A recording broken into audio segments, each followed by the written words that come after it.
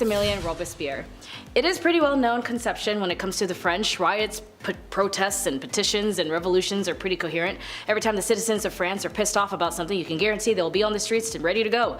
But when did this start? Well, in 1789, when King Louis XVI needed more money, he failed to raise taxes, and when he had called a meeting with the State General, a man named Maximilien Robespierre came about after he was inspired to become a political advocate for the revolutionary cause. Especially since the fact that he defended the will of the people with such conviction that he was nicknamed the Incorruptible at the time.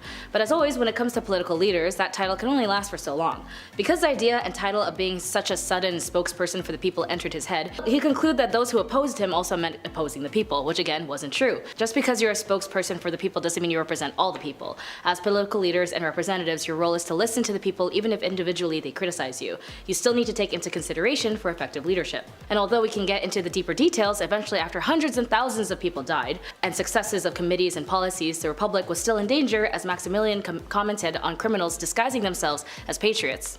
In summary, the use of the guillotine was used about 16,594 times, and in the end, victims of the massacres were noted as they were caught in the crossfires of the patriotic bloodshed. In the end, his quasi-dictatorship obsession came to the end when he himself, Maximilian, was also guillotined. Number 9. Beverly Ellet. Like all ordinary people, it all starts with a specific moment in time where a switch is flipped and you no longer see yourself as the bad guy, or if there's a sense of self-awareness, maybe you do know but you just can't stop. In the cases of Beverly Ellet, she was actually always into the idea of taking care of somebody, and when she was young she had the tendency to practice medical stuff, like play a nurse or do gauzes and cast. But it wasn't in a form of, oh I want to learn how to be a nurse, it was more so of like, hey I'm hurt, can you pay attention to me kind of thing.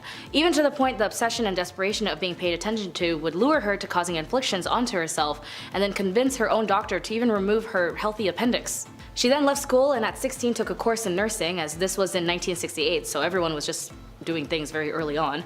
And as soon as she finished her course, however, she got into a hospital, and in 6 months of hell, specifically over a period of 59 days, she would harm and kill over a dozen children. Every child under her care would suffer from cardiac arrest, chest pains, life support, and insulin overdose. The sad part was, because she was a pediatric nurse, people trusted her fully with their children, thinking she was taking care of their kids, but after staff grew skeptic of another child's death, that's when they found out she had access to drugs and eventually led to her arrest. When she was being interviewed, she apparently laughed, smiled, smirking that she wouldn't go to jail, but justice prevails, and as on May 1993, she was sentenced to life in prison. Number 8. Me and all my friends. Every time a First Dynasty king bit the dust back in ancient Egypt, a whole lot of people went with him. Egyptians were famously almost more obsessed with their lives after they passed on than they were with their actual lives, and a passed away king needed his retinue to support him in the afterlife. It was a shocking show of power. For example, almost 600 other people were found buried with King Jur. When a king went, hundreds went with him, but those who were taken out this way would not necessarily feel that they were being unceremoniously taken. Those servants who were sent to bite the dust and be buried with their masters were considered privileged to be allowed to follow a powerful figure into the afterlife to serve them. However, it was still likely nerve-wracking to know that your fate was tied to the random passing of a person that you worked for. Egyptian royalty stopped this practice early in the First Dynasty, but it may have continued in a more innocent form,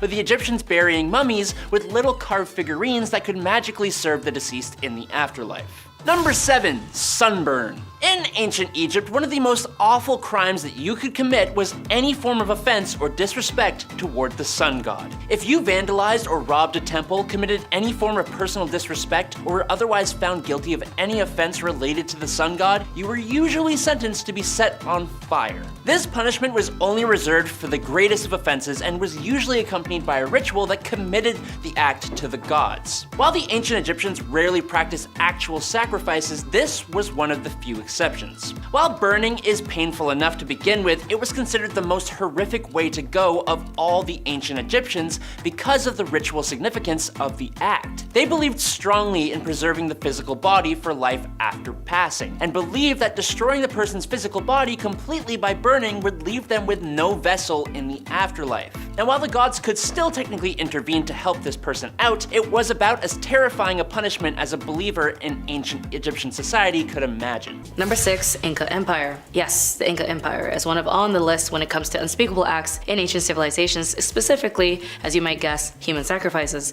The Incas conducted a ritual known as capacocha, which involved the sacrifice of humans, particularly children. These sacrifices were often made at significant locations such as the mountain summits or lake shores. The victims were carefully selected and prepared for the ritual, sometimes adorned with elaborate attire and offerings. Human sacrifices were often made as offerings to the mountain spirits known as apus, which was considered sacred in Inca cosmology. The belief was that these sacrifices would ensure the well-being of the empire, avert natural disasters, and maintain harmony with the gods. Children were frequently chosen as sacrificial victims, perhaps because of their, perceived purity. The bodies of these children were often buried in fetal position, and some were found with valuable objects and textiles. Sacrifices, particularly those involving in war captives, may have been seen as a form of tribute to the Inca rulers, showcasing the subjugation of rival groups and the extension of Inca influences. Number 5, the Ottoman Empire. The Ottoman Empire, which lasted from the late 13th century to the early 20th century, engaged in various forms of slavery throughout its existence. The Ottomans inherited and adapted certain slave-holding practices from early Islamic societies and also contributed to the development of unique systems of slavery. The Mamluks were slave soldiers who played a significant role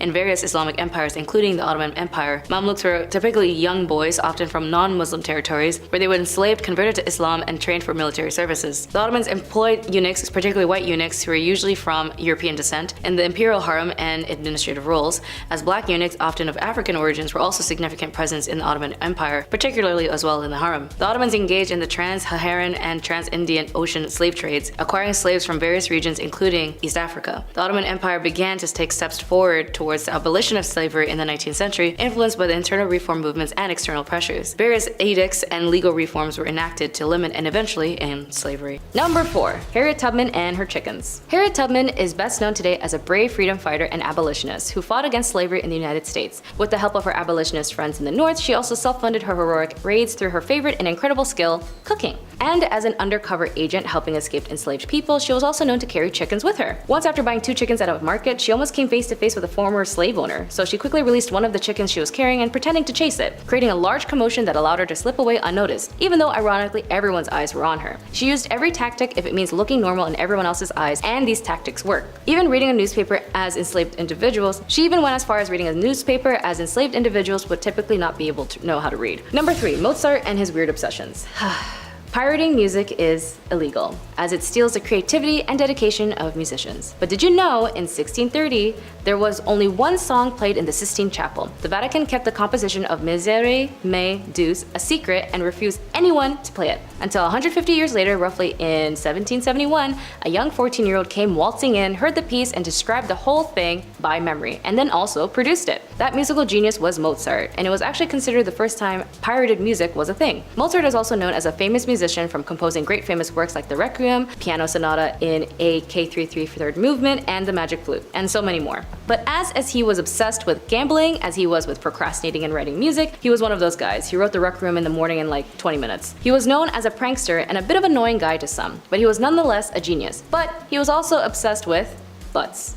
Yes, he just loved butts. If he heard that song by Sir Mix-a-Lot, he would definitely ask for a collaboration. He went as far as writing a song called Lick Me im Arsch, which I'm pretty sure you can guess is in translation, Lick Me in the Arse. And if you can imagine 30 school choir students singing this song, it seemed pretty funny to Mozart, despite it sounding very heavenly. Number 2, Are You Not Entertained? Great title, I know. Fun fact, gladiators for the most part didn't actually try and kill each other in the ring, just like wound. Yeah, take a second to digest that beside the Hollywood movies you know and love. But the truth was, gladiators had a code they had to follow, and killing each other wasn't a part of it. Why? Well, because gladiators were expensive investments, and seeing your prize fighter that you like forked hundreds and thousands of dollars into die in a fight would hurt your wallet big time. Also, most of them knew each other and were besties, so they didn't even want to. Contests were usually single combat between 2 even opponents, and referees oversaw the whole thing. If one got injured enough, the ref would probably just, call it. Often enough, the bout would end after both participants gave an entertaining show and would leave with honor. They were like, yeah, you're entertained, good, we're good to go, right? Cool. However, their life expectancy was still short. Historians estimate that gladiators had 1 in 5 or 1 in 10 chance of ending up dead after the bout, either from being killed or wounded, gangrene, you know the whole deal. And finally, coming in at number 1 spot, naval battles. Okay, so I mentioned the Aquaman gladiators with the nets and the, pokey poke tridents. That's absolutely insane, but have you heard about the staged naval battles? What a spectacle this would have been. The Colosseum was once flooded, which I'm sure took a hot minute or two. Then these ships would come out, and then it would be like medieval times, but with a splash zone, right? These ships were designed to resemble these vessels from famous battles, but the bottom of the ship was flat because the water was only 5 feet deep. Can't have the bottom of the ship scraping against all that sand and bones and stuff. No, you'll get stuck. The water was only 5 feet deep, so obviously they couldn't use real ships. It wasn't always violent reenactments either. Sometimes they would fill the Colosseum and nude synchronized swimmers would come out. Nice. Nothing like an in-ground pool filled with gladiator bones. Also, goggles weren't invented until the 14th century, so yuck. These naval battles were doing so well that Emperor Domitian devoted an entire lake to them. It's kind of like Harry Potter Goblet of Fire. They would just go to this lake and then watch these insane battles or performances, Hashtags Slytherin, I don't know. Once the shows moved over there permanently, they then used the floodgates and trapdoors to hide animals inside of. What a nice upgrade. What a show. Also, this is terrifying. Number 10, history.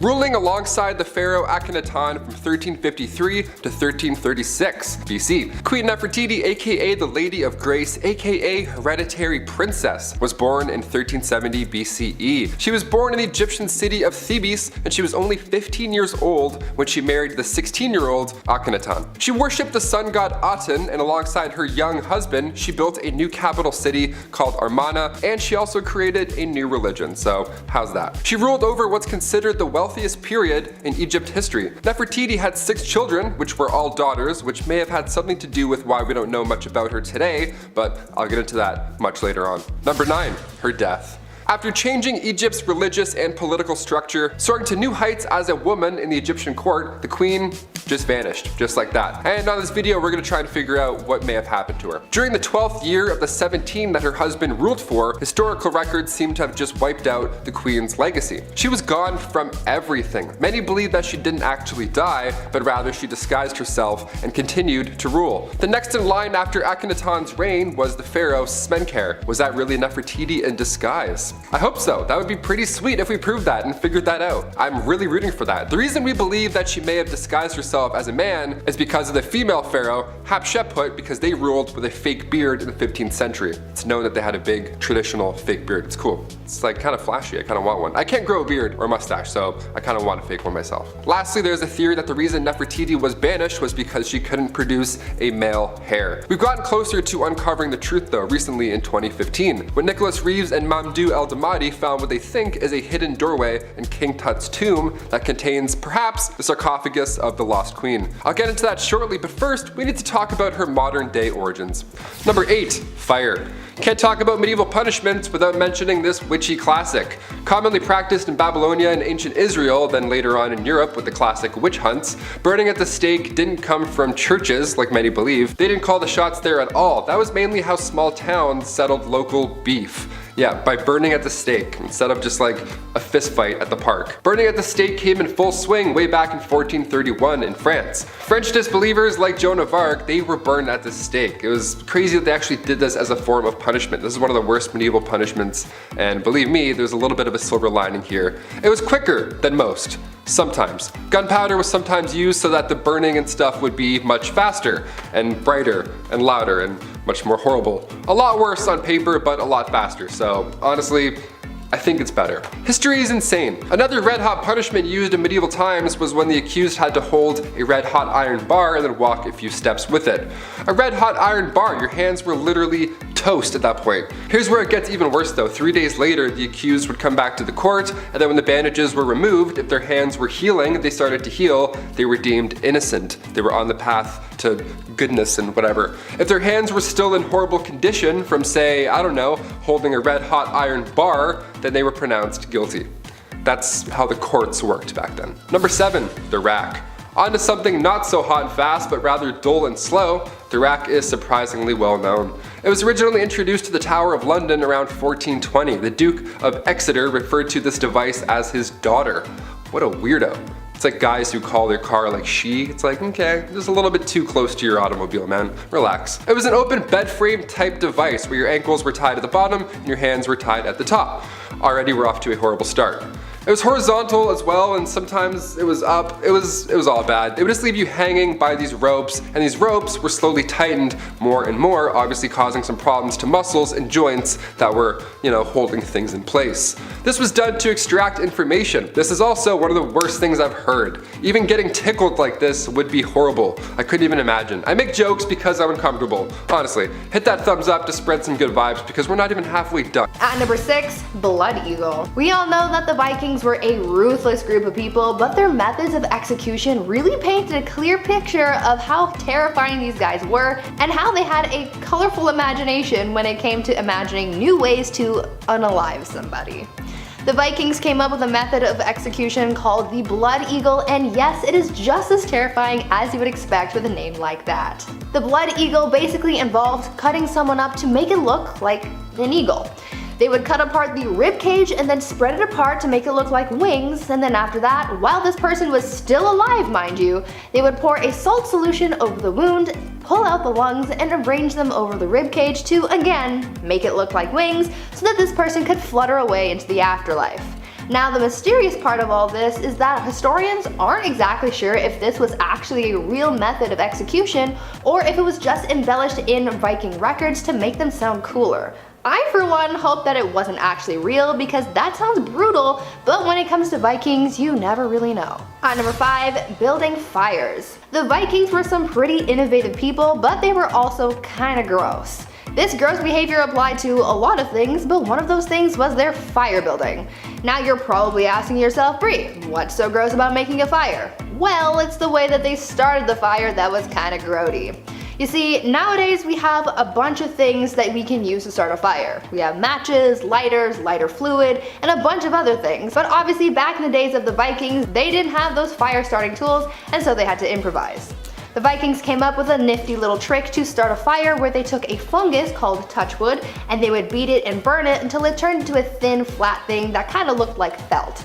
Then they decided to get gross and would then boil the touchwood in human urine because urine contained sodium nitrate, which would help the touchwood turn into something that would smolder rather than burn. They could then take this stuff with them and use it to start fires whenever they wanted so they could cook food over their urine-fueled fire. Sounds delightful. Number 4, Aqua Tana.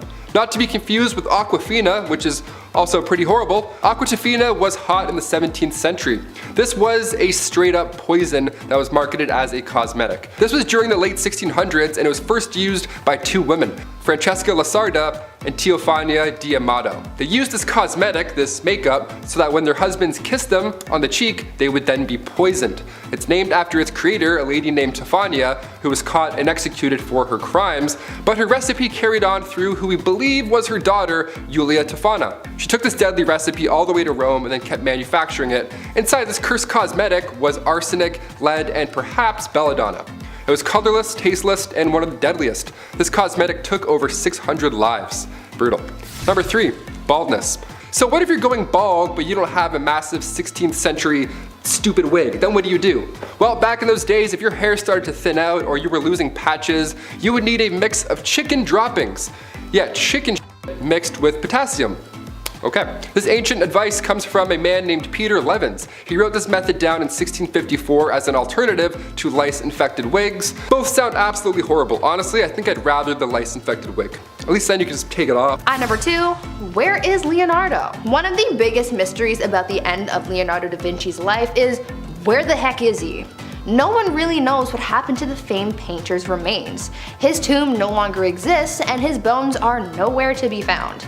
When he died, he was buried at the Church of Saint Florentine in Amboise, France, but in the early 1800s, after years of erosion and revolutionary vandalism, the chapel needed to be repaired and they used gravestones and tombstones to repair the building. Children were known to play with the abandoned bones from the graveyard, and so a gardener gathered the bones and buried them. None of the remains have really ever been pieced together, so they remain lost. It is believed that Leonardo's remains could have ended up in the castle of Amboise, but we don't really know if they're actually his remains or not. And finally, at number 1, ciphers and encryptions. Leonardo da Vinci created a lot of mysteries for us to solve in modern day, but he was quite the mysterious man himself because he was known to use codes and encryptions. All of his notes were written backwards with a mirror, and though it isn't known for certain why he did this, many believe that it was to protect his inventions and other notes from falling into the wrong hands. Though it's a pretty easy encryption to figure out, to the average wandering person, the notes would have just looked like gibberish. Other people believe that he wrote everything backwards because he was left-handed and it was just easier for him to write backwards. Leonardo just did everything differently, which made him a little weird to some, but a genius to many others. Number 10, the cutting edge. So I feel like I have to start here because this really was the prima donna of the revolution. One of the reasons the French Revolution became such a bloody event was due to the guillotine. It became the primary symbol of the French Revolution as the peasants exacted revenge on the aristocracy. It became known as the National Razor and Madame la Guillotine. Prior to the events of the revolution, executions were much more violent and cruel, if you can believe that. One involved quartering, which we won't get into, but you can imagine how bad that is if you take that literally. But Dr. Joseph Guillotine, a member of the French National Assembly, argued that there should be a painless and private capital punishment, and even argued against capital punishment in general. He didn't want it to happen. So Dr. Guillotine, along with the German and a harpsichord maker Tobias Schmidt, invented the first prototype for the death machine. From there, the rest was history. It is estimated over 40,000 people were executed à la razor during the Reign of Terror. Pretty bad for a guy who really didn't want it to happen, but hey, at least it was painless. If the blade was sharp. If it wasn't, ugh. Number 9, the National Anthem. You know what's funny about going to theater school is that the more you learn, the more your teachers are like, hey, if something bad happens to you, you can use it. It's fuel for your art. Which is immediately what I thought of when I heard this story. Which is why, to me, it kind of makes sense that the origins of the French National Anthem happened during the French Revolution. They used their pain to make something good.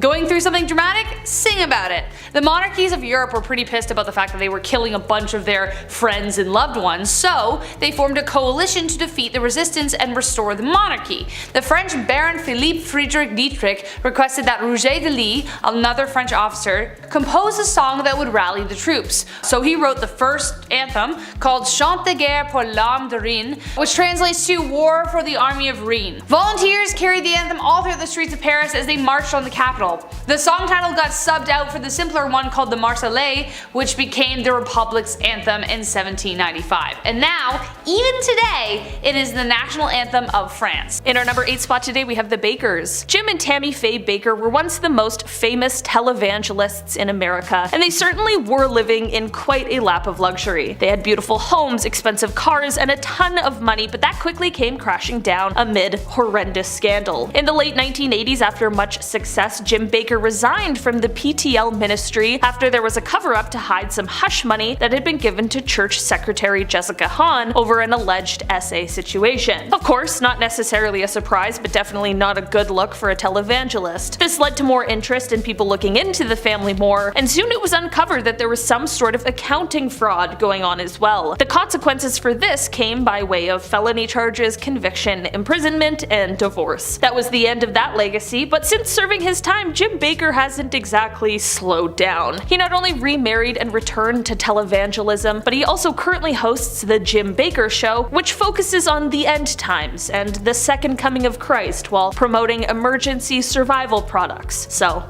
that's interesting. In our number 7 spot today we have Prince Sado. Born in 1735, Prince Sado was the heir to the Korean throne, but unfortunately he would go on to suffer from extreme mental illness and delusions. Thankfully for historians and those of us interested in history, the wife of the prince created memoirs, and in them she detailed the horrifying things that happened next. The prince began to kill. He began to hurt and torment people. He basically turned their home into a house of horrors. The prince also endured some pretty horrific treatment from his own father, which of course is not an excuse for the things he did, but it definitely did not help the scenario. Eventually, the family had enough and realized that his behavior would go on to ruin the name of their family forever, so something needed to be done. At the time, tradition stated that if the prince were to be executed, his wife and child would also need to be, but everyone thought that maybe that was a bit too far. Why should they have to pay for his crimes? This led to the king coming up with quite the bizarre workaround for this. On a hot day in July, the king forced the prince to step into a rice chest, which was then locked behind him. This acted as a way to make it seem like he had caused his own death, which is said to have occurred just a few days later. Number 6. Moving forward together. European settlers were not very nice to Indian tribes. That's probably no surprise to anyone, but what might be unknown to some is Canada's treatment of First Nations peoples. More specifically, residential schools, a system supported by the church and Canadian government to indoctrinate and assimilate First Nations children into European North American culture. Children were forcibly taken from their homes and were forced to learn against their own beliefs, language, and were victims of crimes and physical harm. Sadly for First Nations, this was somewhat effective and did a good job displacing families. The last residential school closed in 1997, which for many is still too recent and a painful reminder of Canada's past.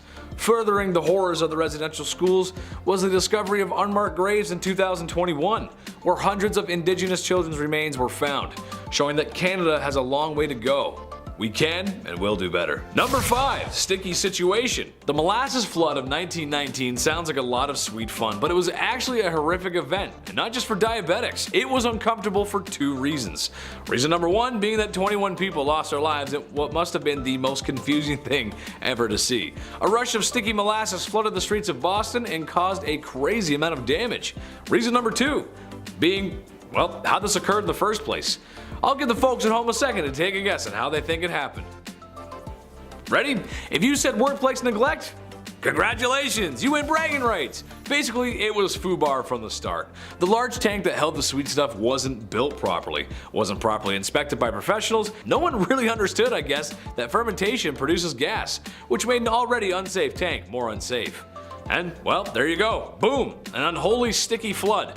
Probably one of the biggest lessons in work safety history. And let's be honest, who wants to swim in molasses? You never get out of it. At number 4, no Viagra. Just like anyone else these days, back in ancient Egypt, sometimes people had performance issues. Impotence was apparently a really big issue for many Egyptian men. It was such a common issue that sometimes it infiltrated their art, and there were some scrolls and statues about it. An ancient Egyptian proverb was created about such a topic that said, quote, "He who is shy to have intercourse with his wife will not get any children." Now obviously there are things nowadays that can help with such an issue, but back then people resorted to prayer and magic to help their little buddies out. Don't really know how well that worked out for them, but it's a struggle that a lot of people face, so at least they weren't alone. At number 3, LGBTQ+. As with anywhere on Earth, there were same-sex relationships, and the same goes for ancient Egypt. However, documentation of such things were far and few. The only 100% clear-cut case of same-sex relationships that was documented in ancient Egypt comes from the story of Horus and Seth. The story goes that Horus and Seth were both vying for the throne, and one night Horus pretended to be drunk while Seth tried to take advantage of him while Horus slept. Not the greatest example, but it's what we've got that's actually confirmed. Another potential recorded gay relationship may have come from Egypt's King Pepu II, who was thought to have had a secret relationship with one of his generals at nighttime. One of the most well-known potential gay relationships from those times, though, comes from a piece of Egyptian art that showed 2 men touching noses. Doesn't seem like anything too intimate, but back then touching noses was another way of kissing. The 2 men depicted, though, were thought to be brothers, so it's theorized that there was something a little spicy going on there, but we don't have to think about that one too hard. Number 2, a healthy breakfast. Okay, not Victorian London, but this is just too funny not to mention, and it's around the same time period, very close. As the great minds of the time thought, self-pollution was a big no-no, and the reason for these urges was often related to food. Some thought eating meat would make you down bad, so a man named John Harvey Kellogg, you might have heard of him, aimed to cure the sickness of self-love. What if a man had a delicious, nutritious meal to eat, especially at the start of his day? Cornflakes by Kellogg's, the very same cereal that's probably sitting on top of your fridge, yeah, was partially originally designed to stop you from feeling those carnal urges. Now, not sure if that works. I mean, go ahead and tell me how you feel after eating a bowl of that. I had one this morning. I feel fine. I don't feel any different at all. I mean, I'm just, well, not really feeling the same about Pam Anderson anymore though. Number 1, rising action. This could get some married couples into some trouble if they're watching.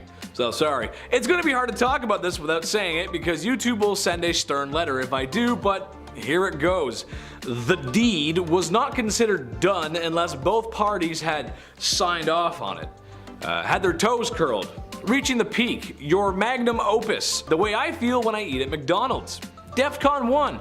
Or simply mispronouncing organisms in health class. I feel like once you're involved, you're involved. And to me, that's a done deal. You can't really reverse it from that point on, regardless of any of my euphemisms. But that's what they thought. They thought if you both didn't climb that mountain together, it didn't happen. Cause science. Number 10. Steel cage match, brother. Okay, so it's the early 1900s and you're living in a rapidly growing city. Towers are popping up everywhere, and that means that there's less space for you and your baby to play in. Only if there was a way my baby could get fresh air and sunshine. Meet the baby cage. Yeah, a small metal cage with a tiny mattress for your baby. The said metal cage is suspended on your windowsill, making the baby suspend multiple stories above ground level. This is just a great idea. The idea behind this terrible idea was that the babies need fresh air and sunshine. Providing them with such was thought to improve their immune system and make them healthier. Besides the fact that the only thing separating your baby from becoming the worst rainfall event of the month was a thin metal cage. This is a prime example of why every product should be thoroughly tested and thought about before selling. Eventually, these did fall out of fashion, but in reality this wasn't that long ago, which is kinda crazy to think about. Number 9. Nuclear time. A lot happened in the 1900s. I mean, a lot. Couple wars here and there, the TV, the car. It was a busy century. A century full of discovery and invention. One such unusual invention was the radium dial, watches and clocks that were painted with luminescent paint, making the numbers and dials glow in the dark. Trouble with this new invention was the paint being used wasn't exactly safe, as it was made from radium.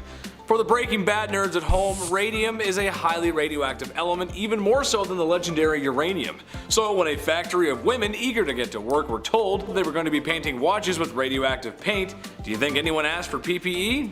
Truth be told, not everything was known about radium as it was only recently discovered, but what's so unusual is what factories told these women how to paint the watches.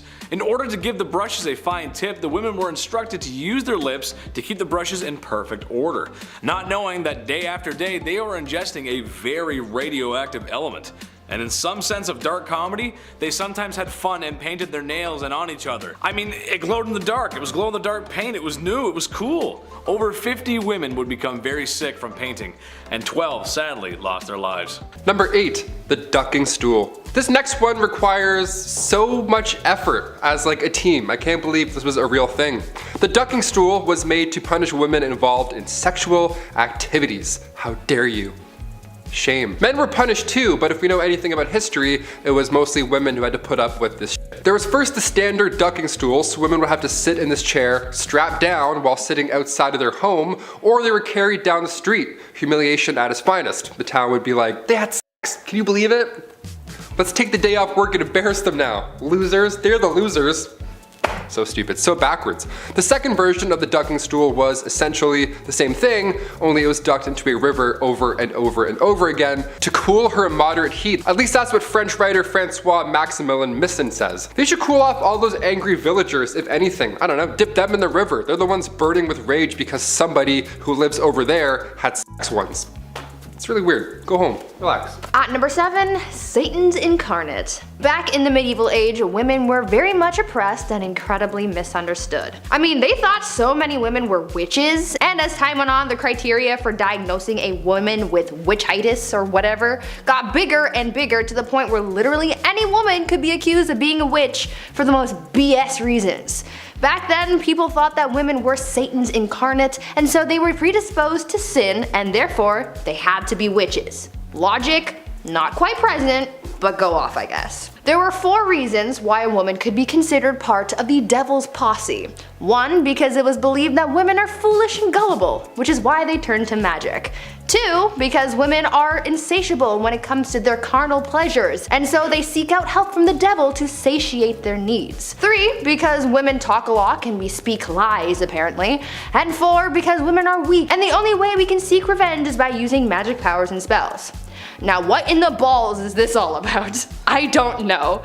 Maybe men in medieval times were just jealous that they couldn't kiki it up with the devil, or because they knew deep down that women run the world. Number 6, alcohol.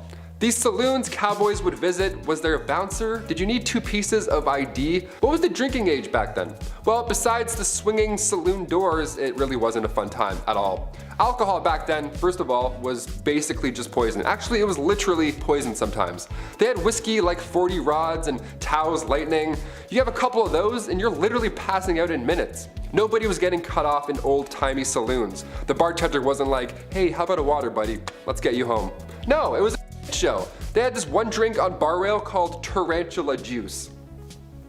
Yeah, happy 21st birthday. Go throw up. It was made from strychnine, which was actual poison. So when the whiskey wore off, the strychnine would be left over in the patron's body, and it felt like tarantulas were crawling all over your skin. Ugh, yeah, I'm good with a Bud Light Lime. Thanks, man. Number 5, the gold rush. Picture a billboard for the Wild Wild West, okay? What's on it right now? A cowboy tipping his hat in the corner with, 4 missing teeth, a sunset in the corner obviously, maybe a horse, and also a bunch of gold stacked up in a mine, right? Well, we've heard about the Wild West here and there, but was there really a massive gold rush? The California Gold Rush of 1849, despite what history commonly believes, wasn't the first big gold rush, not even close. The first one was back in 1799. A young man named Conrad Reed found this yellow rock right on his property. He had no idea what it was, and for years, he and his father John Reed used this rock as a doorstopper. You already know where I'm going with this. This 17-pound nugget of gold, which is worth a lot even today, back then this information was game-changing. Congress then built the Charlotte Mint just so they could handle all this incoming gold found in North Carolina right after. Then later in 1828, more gold was discovered, but this time in Georgia. This was the second rush. Then come 1848, James Marshall found gold at Sutter's Mill, California. After the third one though, that's when the thousands moved out west. That one had the biggest pull. So it's pretty big, but not the first. At number 4, the King's Evil. Being a king or queen in the Dark Ages might seem like a pretty cool job, but I don't really think it was. With the rivalries these people had, they were at risk of being assassinated in one way or another, they had to worry about their bloodlines, and of course the thing that everyone had to deal with, illness. Some kings, to help out their people, were tasked with healing an illness called the King's Evil, and you're probably wondering, well, these kings weren't doctors, how did they cure illness? And to that I say, well, they touched it, of course. This whole thing started in the 11th century when Edward the Confessor became known for touching a person suffering from scrofula, aka the King's Evil, and they cured them. People thought that this was a miracle, and so for hundreds of years after that, English and French monarchs were tasked with touching the sick to cure them of this illness because the monarchs were believed to be an incarnation of the divine. At number 3, tooth worms. If you're one of those people who really hate going to the dentist, just be glad that you didn't have to go to the dentist during the Dark Ages, because that was an absolute nightmare and a half. Not only do they not have any proper medication or anesthetics, but you could also get the worst diagnosis your dentist could ever give you, and that was a diagnosis of an infection of tooth worms. They believed that people could be infected with tooth worms that caused a tooth to decay, and that pits and holes in the tooth were home to a worm that looked like a tiny eel. What's worse than the diagnosis, however, is the removal process. They didn't want to pull out the tooth that was supposedly infected with these tiny worms, so instead they used a more holistic approach. A method that they would use to rid the worm would be to take a candle made out of sheep's fat and various seeds, and then they would hold it as close to the tooth as possible so that the worm would run from the heat and fall into a little dish of water that was being held beneath the patient's mouth. That sounds like a horrible trip to the dentist, that's for sure. At number 2, plague flowers. In a lot of weddings, the flowers are very important. There's the flowers for the centerpieces, the bouquets for the bride and bridesmaids, there's flowers everywhere. Get your Benadryl. But why is that? Well, the idea of carrying a bouquet at a wedding dates back to ancient Greece, where it was believed that carrying a bouquet was thought to ward off evil spirits, but a little later on down the line, the presence of bouquets at weddings got a little bit darker and a little more precautionary. During the Middle Ages into the Renaissance, when the Black Death was running rampant throughout Europe, people were trying anything and everything to try and ward off the plague. Back then, people believed that smells carried contagion, so people would would fill their pockets with fragrant things to keep the plague at bay. This was later integrated into wedding practices, and brides started carrying around a bouquet of stinky stuff like garlic and dill to protect them from catching anything. Over the years, these stinky stuff was replaced with nice smelling flowers, but really, no one cares what's in the bouquet anymore, because all people want to do is participate in the wedding Hunger Games and fight to the death to catch the bouquet at the end of the night. Why? Why are we hurting each other for this?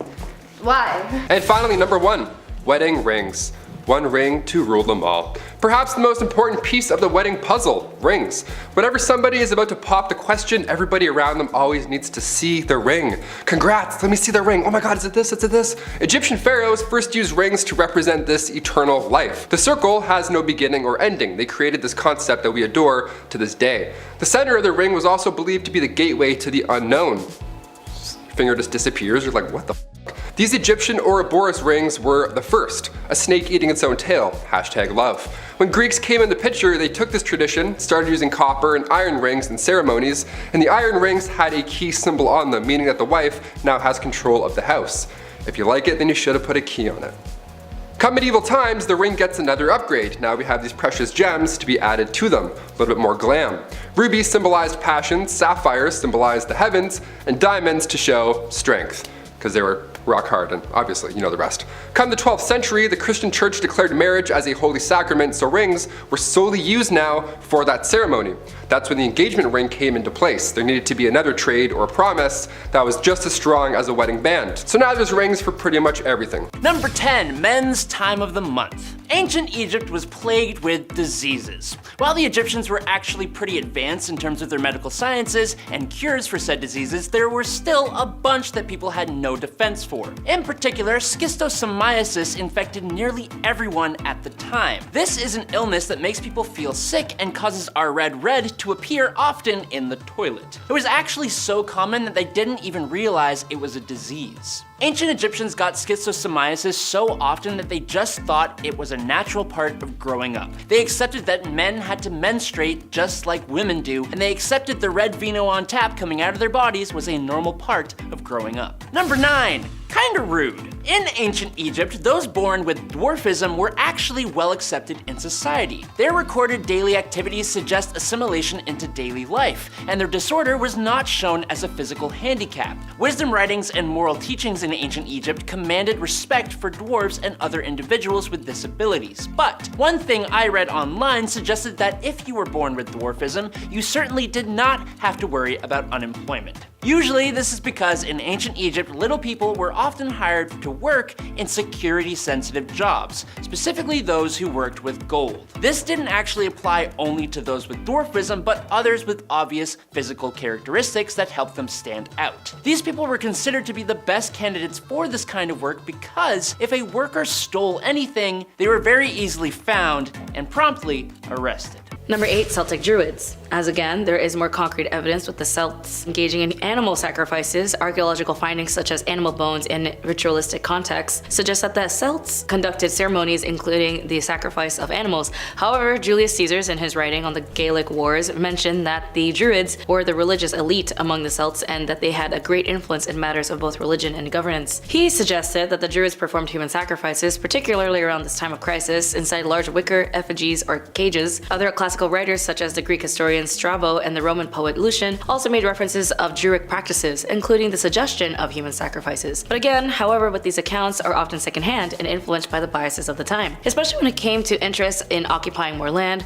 nations would do anything to justify their wars to steal land from the indigenous people. Number 7, Mochi Civilization. The Mochi Civilization, also known as Mochia, thrived on the north coast of Peru from around 200 BCE to 800 CE. The Mochi was renowned for their advanced artistic and architectural achievements. I don't know that much of A's. While evidence of human sacrifices in Mochi society is not as extensively documented as in some other ancient civilizations, there are indications that ritualistic practices, including human sacrifice, were part of the religious and ceremonial activities. There are illustrations of warriors or priests holding severed heads or bound captives in sacrificial contexts, as some of their larger ceremonies center, such as Huaca de la Luna, which shows evidence of complex rituals, including the burial of individuals with signs of violent death. These findings suggest that the certain individuals may have been sacrificed during important ceremonies or events. Number 6, William McKinley's Red Carnation.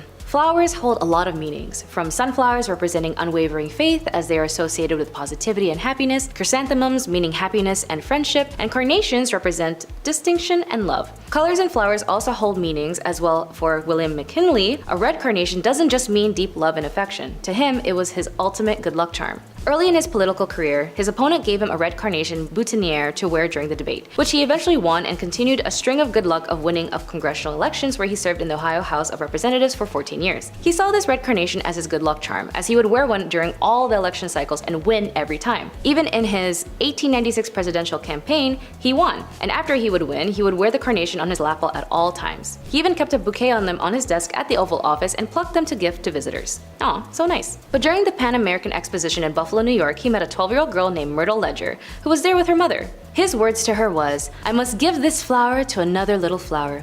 And he gave away his lucky carnation. Literally minutes later, McKinley was shot twice by his assassin and died the following week. The Ohio General Assembly named the scarlet carnation the official state flower in his honor. Number 5, Debbie Reynolds. Hollywood isn't shy from scandals or dirty secrets passed around the bend. From multiple marriages and divorces to sketchy behind-the-curtain secrets that are probably 100% illegal and inhumane. For Debbie Reynolds, she was once a beloved and still is a beloved actress. But unfortunately, this glamorous star was one of many who dealt with the horrors of set misbehaviors, emotional and physical injury, and all kinds of psychological damages, especially by her co-star Gene Kelly on the set of Singing in the Rain. She writes in her 2013 memoir, Unsinkable, that how her professional co-star didn't want her in Singing in the Rain at all. The co-founder of MGM chose her to play Kathy, and so Gene couldn't do anything about it. But what he did do to Debbie was just absolutely unprofessional and disgusting. Not only would he come to rehearsals criticizing everything she did, nor give her any sense of security of encouragement, he was also a severe taskmaster, according to Debbie. She even noticed scenes where they would have to kiss or be intimate felt extremely invasive and a violation.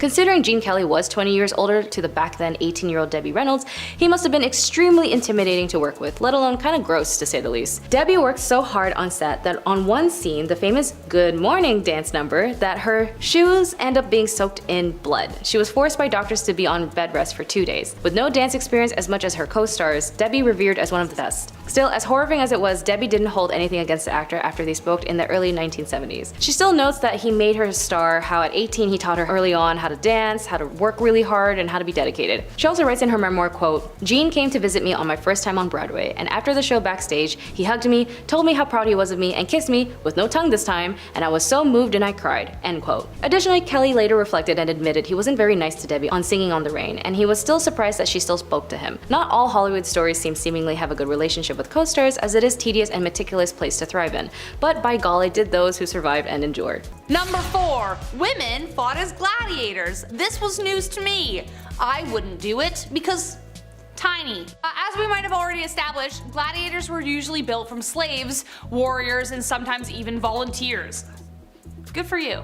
And apparently women were not exempt from that. Female slaves were quite frequently condemned to face their fate in the arena, though some volunteered because, you know, there were Xena warriors. Some of the time it was as genuine contenders, while some were sent simply for the entertainment or embarrassment. Emperor Domitian, for example, loved to pit women against people with dwarfism because he thought it was funny. Neither the women or the little people were taken seriously, as few appeared to have proven themselves in combat. However, some still did, rest assured. The timeline as to when they started doing this is unclear, but there are records of at least 2 women referred to as Amazon and Achillea. Epic names, right? Whoa. They are depicted on a marble relief dating back to the 2nd century AD, and it says that they fought in an honorable draw. Women also joined in the animal hunts, but by 200 AD their participation ended when Emperor Septimus Severus banned them in the games. Damn you, Severus Snape! Number 3, nets for weapons. When you're walking into that arena, you're eyeing down this 8'6" beast in front of you. He has like 12 abs. It doesn't look good. His name's Gore or something terrifying. You're gonna want a Nerf bat or 2. You're gonna want a weapon. Now, weapons in the Colosseum were a necessity, of course, but can you believe some gladiators would use nets to fight? Nets.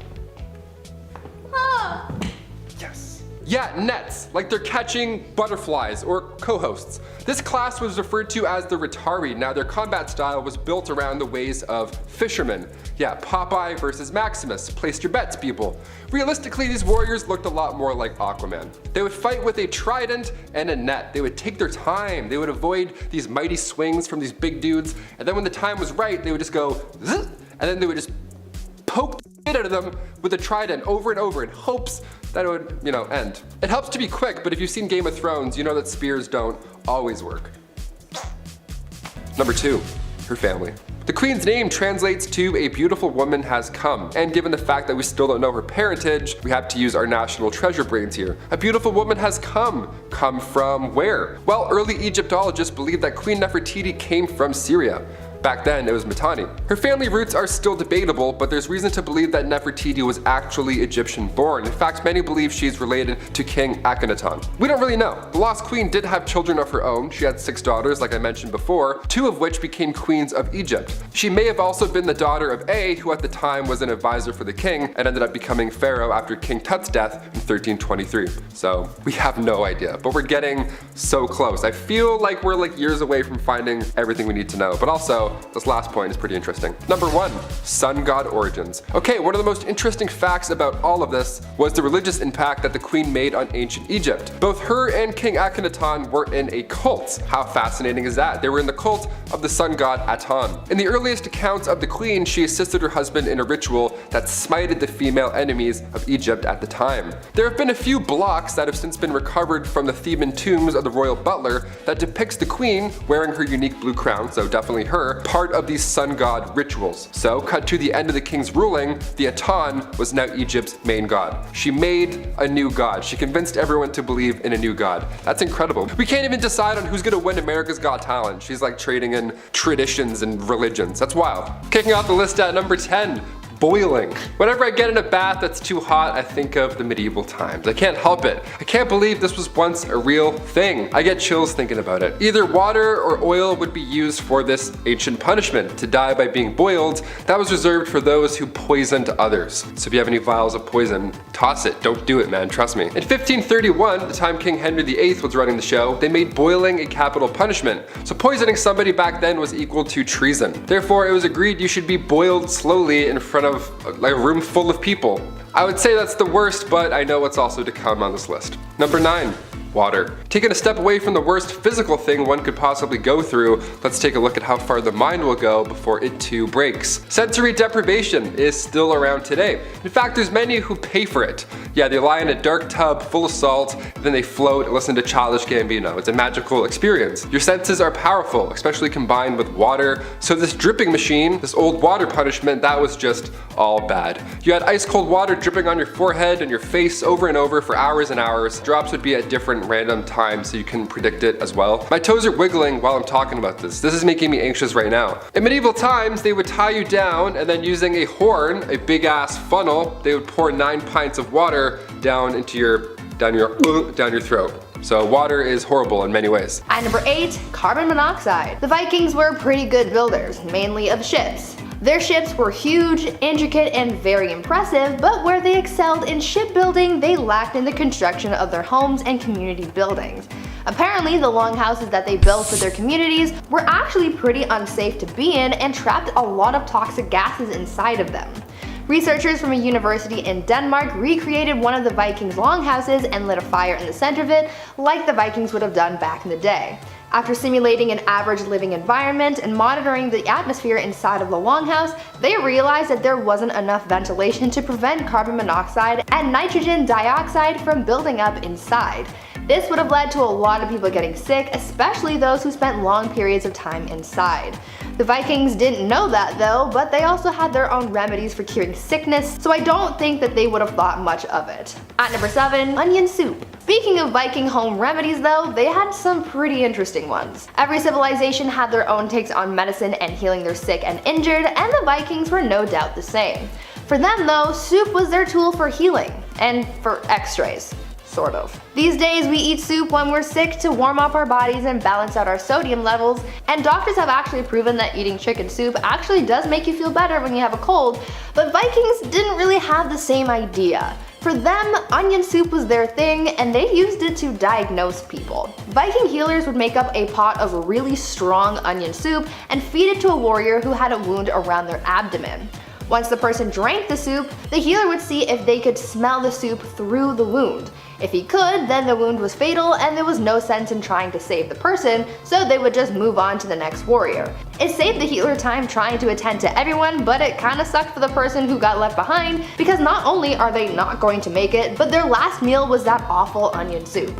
Number 6, deodorant. Before the Old Spice guy was even born, what did people do to smell good? What? Deodorant was first introduced to the public back in the late 1800s. It was called Mum. It was a cream that used zinc oxide and it was stored in metal cold containers. Nothing like Speed Stick at all, not even close to being discreet. You can't put this stuff on the bus, since they're gonna be, what's that guy doing with that jar of goop? Ancient Egyptians used ostrich eggs when it came to ancient deodorant. They made perfumes and were amongst the first to try any type of deodorant. So, thank you.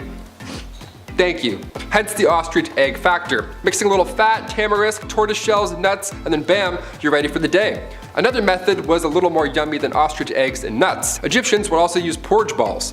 Flavored porridge rolled up and then safely secured in your little apple pitter fritters right there. Just don't wave at anybody or else you'll, there you go. Number 5. Shampoo. When my hair grew longer over the pandemic, I had a huge wake-up call. I had no idea what I was doing. I only used the Guys shampoo, you know, like the classic 4-in-1 shampoos. That wasn't working anymore. I needed some curl cream. I needed shampoo and conditioner, separate things. It takes time to figure out what works with your flow, but the ancient Romans, they didn't have Head and Shoulders. They would just dip their hair in cold water at a public bathhouse, also very public, and then rub and scrape oils away. Lime wire was also used to wash your hair back then, but that was horrible. It's just as useful as lime wire. Sometimes Europeans wouldn't even use water at all. They would just rub their head with bran before bed and then brush it out with a comb in the morning. Yeah, bran. I used dog shampoo once by accident. Honestly guys, I'm not gonna lie. There's something they're not telling us. It was too nice. At number 4, Salvatore Mundi. Here's another one of Leonardo da Vinci's pieces that is shrouded in mystery. Salvatore Mundi is one of da Vinci's paintings that has a lot of unanswered questions. People have wondered about the orb in the painting that's held by Jesus. People who know da Vinci's work notice that there is no refraction in the orb, which is uncharacteristic of da Vinci because he knew all about the physics there. But this mystery opened up a whole new jar of worms and a new question that is, did Leonardo da Vinci even paint Salvatore Mundi? And the answer is actually no. I know, crazy, right? For all these years we thought that this was a da Vinci original, but it turns out that only about 20% of the painting was actually done by da Vinci himself. After analyzing the painting's artistic details and painting techniques, it is believed that Leonardo's assistant, Bernardino Luini, was the one to paint the majority of this piece. Luini was a painter in his own right, but his pieces never really fetched as much money as da Vinci's. Adding to all of this painting drama though, it is believed that Leonardo only completed about 15 paintings in his entire lifetime, so there's something to think about. At number 3, dissection. Much like a lot of thinkers from back in the day, Leonardo da Vinci was curious about anatomy. His studies of anatomy first began as research for his paintings. He wanted to be as accurate to the human form as possible, and apparently he was quite a stickler about that. But later on, that research turned into a full-blown fascination for da Vinci. He went from merely researching anatomy to seeking a deeper understanding of the physiology of living things. As part of his research, Leonardo da Vinci was known to dissect human and animal bodies. He was fascinated by physiology, and there was no limits to how far he would go out of curiosity. He was known to have removed a human eyeball and sliced it open to better understand its function and how it worked. Quite strange, but clearly it helped him out in his art, so as long as the people he was dissecting had already kicked the bucket, then all power to you, Leo. Number 2, public zoo. Did you know that in the middle of all that crazy turmoil and public executions, they managed to find time to open a public zoo? In 1793, the National Assembly declared that all privately owned exotic animals will be transferred to the menagerie at the Palace of Versailles, or killed, stuffed, and donated to scientists. Gladly though, the animals' lives were spared and the menagerie was reopened as a zoo. It was free to the public and peasants got to go see exotic animals for the first time. Jacques-Henri Bernardin de Saint-Pierre, the founder, passionately believed that the public should be educated about exotic animals. Now I can't be sure how well the animals were treated, I assume it wasn't very great, but this was technically the first zoo. Number 1, Maximillian Robespierre. Now it only seems fitting that we end this list at the end. Maximillian Robespierre started out with good intentions, but even though the revolution was about the dismantling of power, Maximilian became corrupted by it. Yes, he did topple the monarchy and put the power back to the people, but then he took it back for himself and got a little crazy, you know, the whole thing. Robespierre worked as a lawyer in France and focused a lot of his cases towards the underprivileged classes. This got him a lot of popularity, and he eventually rose to be the poster child of the revolution, the leader of the revolution. He became the head of public safety after Louis and Marie lost their heads, and continued to accuse many members of the National Convention of treasonous and unrevolutionary activities all over the place. Remember the whole thing between the Girondists and the Jacobins? This was that. In less than a year, 300,000 people were arrested, 10,000 died in prison, and 17,000 were guillotined. I think those numbers might be slightly off, but that's kind of what the research said. One by one, he sent them all to the guillotine until he eventually was elected the president of the National Convention. Within 6 days, he passed a law that suspended the right to a public trial and to legal assistance, and by the end of that month, 1,400 were guillotined.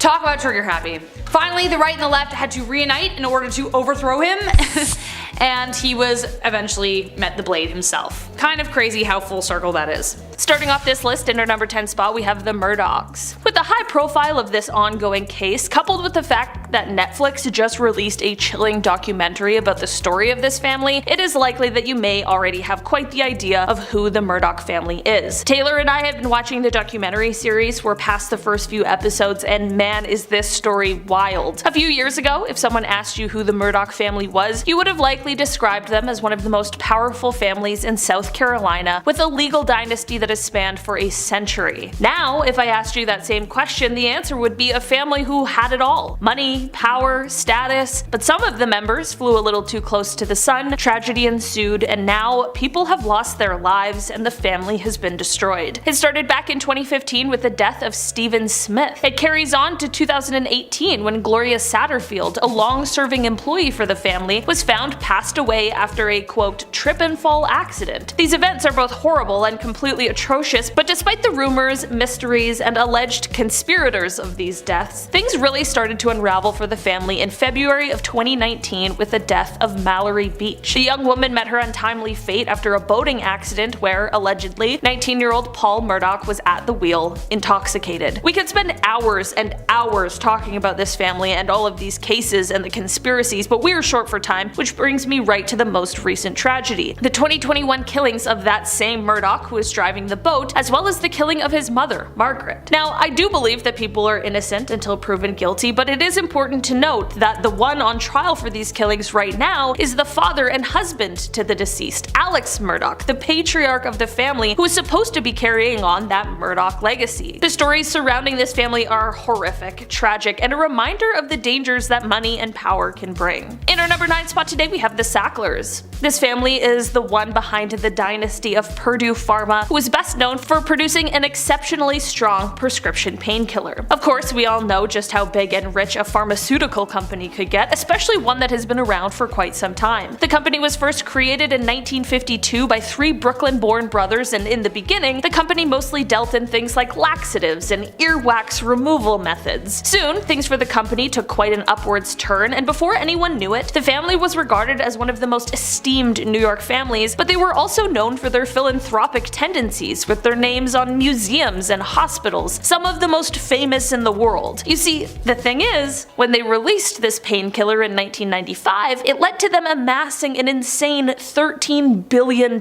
fortune. That is obviously incredible, but the trouble came when it was realized that this painkiller wasn't nearly as potent as it was marketed to be, and frequent users would be building up a tolerance to it, meaning they needed to use higher and higher dosages. Viewer, welcome to the opioid crisis. Basically, this all spiraled out of control and led to many, many lawsuits coming against Purdue Pharma. Not only by individuals, but by January 2019, 36 states were suing the company for what the painkiller had done to their citizens. After 2 years of deliberations, the Sacklers finally reached a deal with plaintiffs in bankruptcy court in September of 2021. As part of their Chapter 11 proposal, they agreed to pay $4.5 billion and give up all ownership of the company in exchange for complete immunity in all future opioid liability. Despite this fall from grace, the Sacklers were able to move an alleged $1.36 billion into offshore accounts, so despite their bankruptcy filing and the large sum of money handed over, they will continue to retain quite a large amount of their personal wealth. Number 8. Abandoned by the world. 1930s Germany wasn't a great place to be if you were Jewish. Matter of fact, anywhere near Germany was a bad time for Jewish people. Some people saw the writing on the wall and it was clear. Anyone lighting a menorah during the holiday season needed to leave Europe and set sail for more liberal waters. In 1939, a vessel called the St. Louis arrived in North American waters, searching for freedom and to escape persecution. Persecution that would likely lead to their deaths. This is an unfortunate black spot in Western democracies. As for the weary travelers, finding someone who would take them in was proving difficult. They tried Cuba, but were refused all but a handful. Then the US, same thing happened. They even tried glorious Canada, where they too refused them. Canada, a country of freedom and acceptance for all, turned down people in their darkest hour. Sadly, the boat returned to Europe where they met the same fate as other Jews who were oppressed by the regime. Number 7. Civil rights. I know a lot of these are World War II related, but bear with me guys. It had a lot of uncomfortable moments. Some that should be talked about. Acknowledging and apologizing for mistakes of the past is a sure way to have a brighter future. During World War II, there was something called the Germany First policy, meaning a lot of effort was made to defeat Germany first, but Imperial Japan was just as much as a threat. Apparently so much so that President Roosevelt wanted to put Japanese Americans in something called relocation camps. Thousands of Japanese Americans and Japanese Canadians, cause oh yeah, we did it too, were taken from their homes and relocated to camps in order to prevent a second Pearl Harbor. You don't need an HR manager to tell you what an egregious act this is against civil rights. While they were not like the camps found in Europe, it's yet another dark splotch on two countries who boast about their freedoms and democracy. The camps were closed shortly after the war had ended. Egypt. At number 6, magic attraction. You know, we can't always have the best game when it comes to finding a partner. Sometimes it can be hard to get someone to go out with you. Many people just don't give up until they succeed, and sometimes that means that they will go to many lengths just to get a date with their crush. This was seen a lot in ancient Egypt, and at one point in later years of their civilization, they practiced magic to attract the one that they loved. Turns out that they practiced voodoo to get someone interested in them, and it was commonly done by men seeking out the woman of their dreams. In one case of this voodoo for love practice, a man had a magician make a voodoo doll of a woman that he wanted all to himself. The magician pierced the figurine with bronze nails and inscribed a tablet on it with a spell saying that this woman would not be able to drink, eat, or be with another man besides the one seeking her out. The spell also supposedly summoned a demon to follow her and pull her hair and intestines until she found her way to him. Sounds a little intense, but hey, I guess that's just what you do when you don't have Tinder. At number 5, sneaky link. In ancient Egyptian literature, women were often portrayed as seductresses. One of the more famous stories telling the tale of a seductress is one called the Tale of the Two Brothers. Essentially, the story goes that a man, his wife, and his younger brother all lived together. One day, the two men went out to do some farm work, and while they were out, the one man told his brother to go back to the house to get some grain sacks. When he reached the house, the wife noticed the brother and complimented him on his strength and tried to seduce him. The brother got angry and refused, but told the wife that he wouldn't say anything to her husband about their encounter. Still, she was worried that the brother would snitch, and so she made herself look like she had been beaten up, and when her husband returned, she pretended like the brother was the one who tried to seduce her. The husband got angry and threatened to kill his brother, but in an attempt to save his own skin, the brother told the husband the truth and even cut his bits off and threw his pee-pee into the river just to prove his point, where it was promptly eaten by fish. Unfortunate. The husband then returned home to his wife, where he killed her and fed her to dogs. Not a happy ending for anyone, but it gives you a real sense of how adultery worked back in those days. Good. Number 4, shake and bake. I'm something of a scientist myself, but that doesn't mean I know everything, and if you actually need to learn something about health and safety, take it from a professional, not a second-rate John Candy. However, when coming across this fact, I just had to share it, because with my medical knowledge, this just doesn't sound right. Alright, so kids, we know how they're made. I don't need to go into detail for that. However, there was this idea back in the Victorian days that if a woman danced shortly after doing what mommy and daddies do, then there was a chance that her pregnancy just wouldn't happen. Or perhaps more commonly after riding a horse. Same idea. Okay. Which is frankly horse. I mean, come on, my mom always told me when she was baking that I had to be quiet and stop running around the house or the cake she was baking wouldn't rise. Well, they always did. I love chocolate cake. I mean, really I do. I'm starting to wonder if there's a connection here. I was a rowdy kid. Number 3, the Kensington system. Poor Queen Victoria. I know this is kind of a stretch, but it relates back to the whole mistreating women thing. But basically it was something implemented in order to control the young royal, make her dependent on her mother, whom she was not allowed to be without. Basically modern day strict parents. Now, all the kids watching right now, or all the kids who've grown up, how well did that parenting work? Let us know in the comments. I'm willing to bet it created a little bit of a divide between parent and child. Am I right? That's exactly what happened with Queen Victoria. Shouldn't be surprised, really. Being a parent is tough. I get that, but squeeze too hard and the sand falls through the cracks of your hand. Victoria wasn't even allowed an hour to herself. And I don't care who you are, no matter how charismatic or bubbly, everybody needs some alone time. Number 2, chef's kiss. Okay, it's 1958. Times are good. Cars have cool fins on them, Elvis is on the radio, and most of my post-traumatic stress disorder has cleared up since the war was over. It's all great. Ah yes, life is good. I can't wait to enjoy some modern cuisine. Well, let's see what's on the menu. I'll have to start with the frozen cheese salad. I'll have ham with banana hollandaise. And for dessert, I'll have the lime jello tuna pie. If that doesn't sound appetizing, I don't know what does. For some reason, halfway through the century, people just lost their taste buds. They were coming up with all kinds of disgusting foods. A lot of them are in low form for some strange reason. I think the grossest item that you can come across is a little invention called hongar. Sounds like somebody from Skyrim, but nay good sir, hongar is a mixture of honey and apple cider vinegar. It was thought to provide great health benefits. The only thing that would give me is a spot in front of the toilet refunding my breakfast. Ugh. Number 1, Krümellauf. Germany was having a really hard time in World War II. The United States, Canada, Britain, Australia, France, and Russia too were all coming to give the mustache man a piece of their mind. Heavily outnumbered, it was time for a miracle. Time to see what top German scientists had up their sleeve. We have a rifle that can shoot around the corners. Isn't it wunderbar? Yeah, this thing is real. A curved barrel called a Krümellauf, used for shooting around tight spaces like corners and out of tank hatches. During the waning years of the war, Germany was coming up with all kinds of crazy inventions to turn the tide.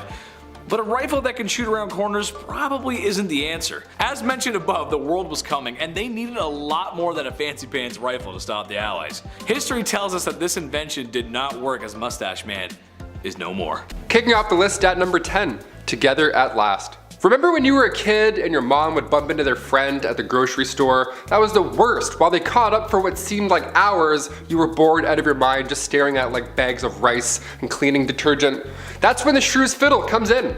2 women would be locked together, hands included, and face each other, all because they were too loud or they were arguing. These were used in the Middle Ages, most commonly in Germany and Austria, and the contraption would have 3 holes, one for each wrist and the third for your neck. Now sometimes they would attach a bell to these Shrew's Fiddles to alert the town that the victim was walking by, you know, in order to talk smack, maybe huck a tomato or 2.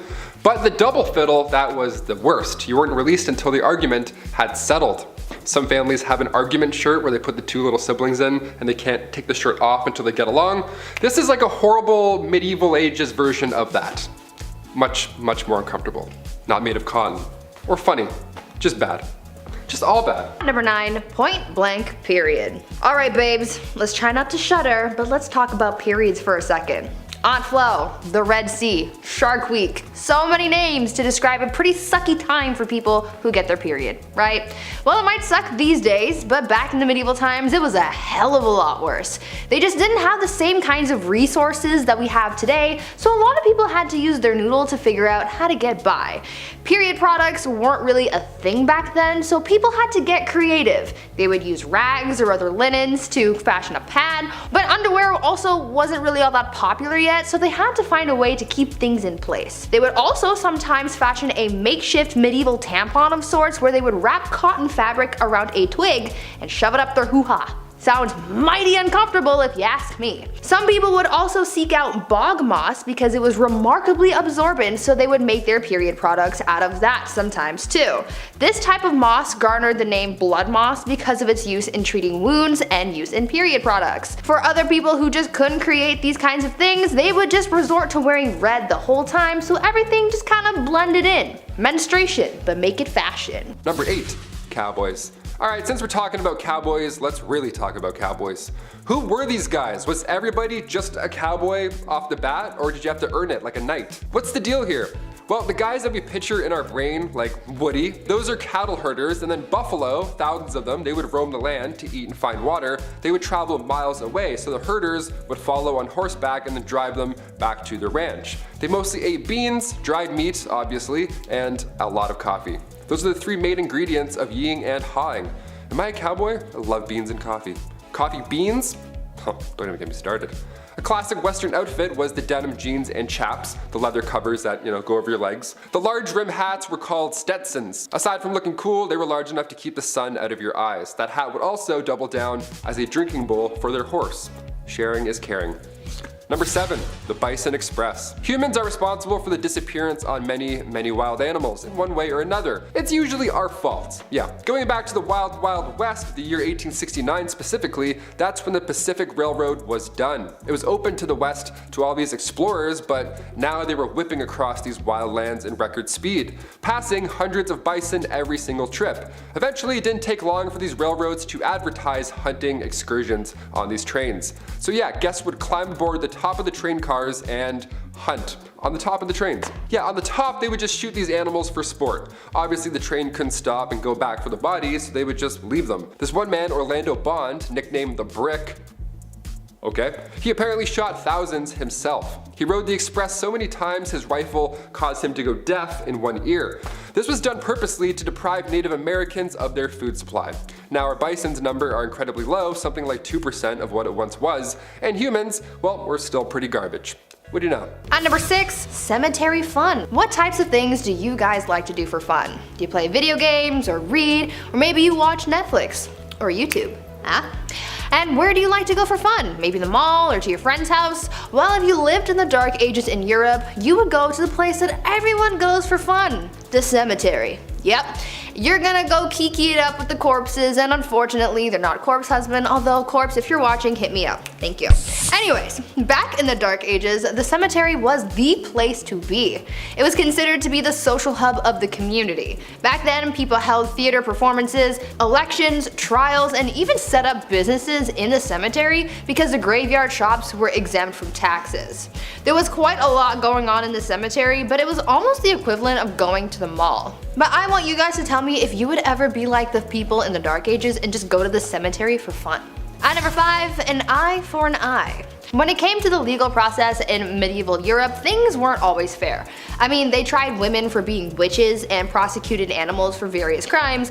Their punishments were sometimes swift and just, and other times they weren't.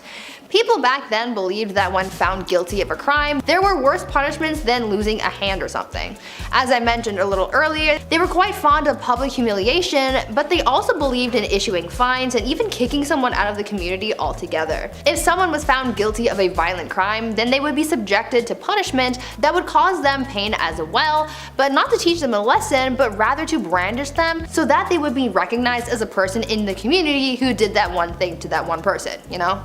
Since these people were very religious, they also had to make up with God for whatever crime they committed as well, so usually that would involve fasting, and then it would be up to Sky Daddy to determine if further punishment was needed. At number 4, transaction. I find it to be just a little bit messed up how before now marriage was mostly about money or status and not about love. For a long time, people didn't get to choose who they got to marry, and there was almost always some kind of monetary transaction involved in the wedding. This whole idea here is a reason for the traditional act of the bride's father walking her down the aisle and giving her away, so to speak. In the past, fathers of the bride and groom would come together to establish an agreement, like X amount of money for someone's daughter or whatever. Once that was set up, the wedding became a big deal to see if the transaction would actually go through, and many precautions were put in place to make sure that no one backed out. One of those precautions was the act of the father walking his daughter down the aisle. This was done so that they stayed close to one another in the off chance that the groom or his family decided to back out. That really took the romance and sparkle out of weddings now. Number 3, wedding cake. As the youngest of 3, I can confirm that we get away with the most. The youngest often do. The middle child is just plain ignored, and then the oldest, well, they usually have the most responsibility in the family. Usually when a bride and groom cut the cake on their big day, it's for them. They save a piece till their anniversary, they put it in their partner's face, it's fun, whatever they want to do. Often in history, the eldest child would get the first slice. How lucky is that? When it came down to cutting the actual cake too, well, that meant that the bride is no longer a virgin. It's an awkward few bites. Wedding cakes today are delicious and they're pretty much an art form. TV shows are devoted to them, like Cake Boss and other cake shows that I can't think of. If you're lucky, you might find a few cake charms on the inside as well back in the day. Real, non-edible cake charms. You wanted to find these in your cake. They brought good omens to the table. To find a rocking chair meant that you're going to live a long life. An anchor means you're bound for adventure, sailors ahoy. And a purse meant that you would have good fortune. Let's just hope you didn't find the charms with your teeth, or else you would be using said new fortune fixing your chiclets. Very metal, very real. Not good. Number 2, Gamal Pasha, also known as executioner of the Armenian genocide alongside other members of the CUP. During his tenure, Jamal Pasha implemented policies that would lead to the mass deportation and killing of Armenians. He is implicated in the forced marches, massacres, and other brutal actions that resulted in the deaths of hundreds of thousands of Armenians. Pasha was also a key figure in the executions of genocidal policies set forth by the Ottoman government, and after World War I, Pasha fled the Ottoman Empire, sought refuge in Germany. In 1922, he was assassinated by an Armenian revolutionary named Teheran. Teheran was later tried and acquitted by German court, which recognized the massacre of the Armenians as a war crime. So that's good to know, the German court can recognize genocide as a war crime. Pasha's role in the Armenian genocide is remembered as one of the broader historical narratives surrounding the events of 1915 and 1923, during which the Ottoman Empire systematically targeted and killed a significant portion of Armenian population. The genocide remains as a historical debate, with Turkey officially denying the term genocide to describe these events. However, many countries and scholars around the world recognize that this was a genocide, which, if anything, any nation that has the audacity to eradicate a nation of people by displacing them, cutting off their water, killing hundreds and thousands of their children, obliterating generations of family trees, and literally committing violence on civilians is a war crime. It is a genocide. Finally, number 1, King Leopold. Although he's a king, a lot of people seem to not know that the trauma inflicted this so-called king had as a significant role in Congo. Congo had suffered his horrible and vicious rule as Leopold acquired control over Congo's free state as his private property during the time when European powers were competing for territories in Africa. While officially presented as a philanthropic and humanitarian venture, Leopold's administration in the Congo was marked by exploitation and brutality. From forcing them by using methods of extracting resources that were often brutal, involving the use of violence, mutilation by cutting off their hands and feet by making them also stare at their lost appendages, and forced labor of the Congolese people. The atrocities committed during this period had been well documented, with the estimates of death toll ranging from several hundred thousands to millions. The harsh exploitations, along with the disease introduced by outsiders, led to significant decline of the people of Congo. Villages were ravaged and families were separated, contributing to the long-lasting impact of Congolese society. But was King Leopold ever accountable for his actions and his crime against the Congolese people? No, of course not. He was a European king, and like all colonizers, they always seem to get away with it. Even right now, Congo is going through a massive genocide as they are forced to mine for natural resources and minerals like cobalt for your cell phones. 70% of the world's cobalt for laptops, jet engines, rockets, cameras are all from the mines in Congo, and who's mining them?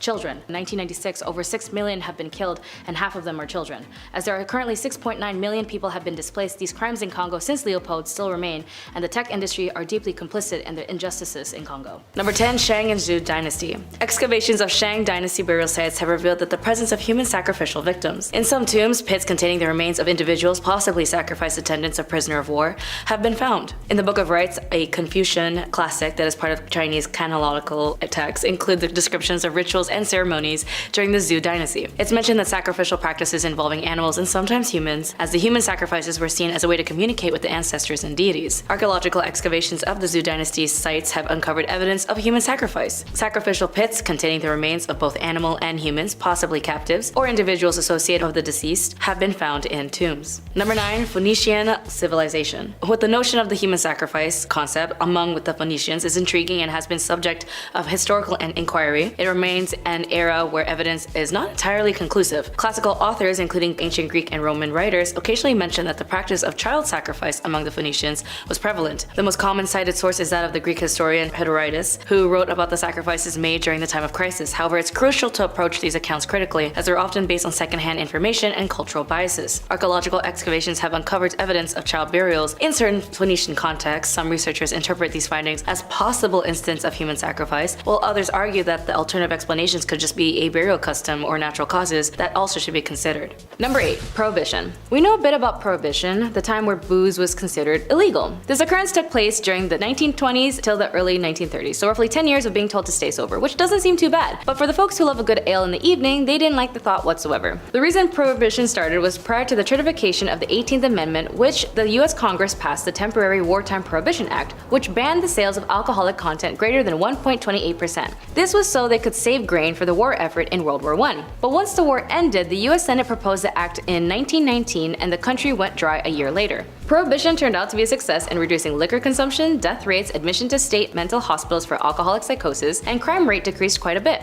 However, that didn't stop people from wanting their drink. By 1925, there was over 30,000 to 100,000 speakeasies all over New York City alone. So then in 1926, the federal government funded and enforced the so-called Noble Experiment, which mandated adding poison, including methanol, to industrial alcohol as a way to discourage people from drinking. So then they released these barrels of alcohol that they had poisoned to make people sick. That's pretty messed up. Still, the people endured and they were able to get their alcohol back in 1933 when President Franklin Roosevelt signed the Cullen-Harrison Act, allowing beer and wine back on the shelves. Number 7. The $6 Million Man. The 1970s was a pretty interesting time in history, from the Vietnam War, Watergate, equal rights for women, and minorities, technology, fashion, and entertainment, all flourishing heavily at this time. And one time in Long Beach, California, a film crew was filming an episode of The $6 Million Man, an American science fiction and action television series that ran from 1973 to 1978. As they were shooting at an amusement park funhouse location, a stagehand was moving what he thought was a prop wax figure on a noose. As he tried to take the prop wax figure down, the figure's one arm fell off, revealing human flesh and bone underneath. After an autopsy, it was revealed to be Elmer J. McCurdy, an American bank and train robber who was killed in a shootout with the police after robbing a Katy train in Oklahoma in 1911. Dubbed as the bandit who wouldn't give up, his mummified body was actually on display in an Oklahoma funeral home and then became a fixture for a traveling carnival during the 1920s through the 1960s. The ownership changed frequently till his remains would end up at the Pike, the amusement park where they filmed The $6 Million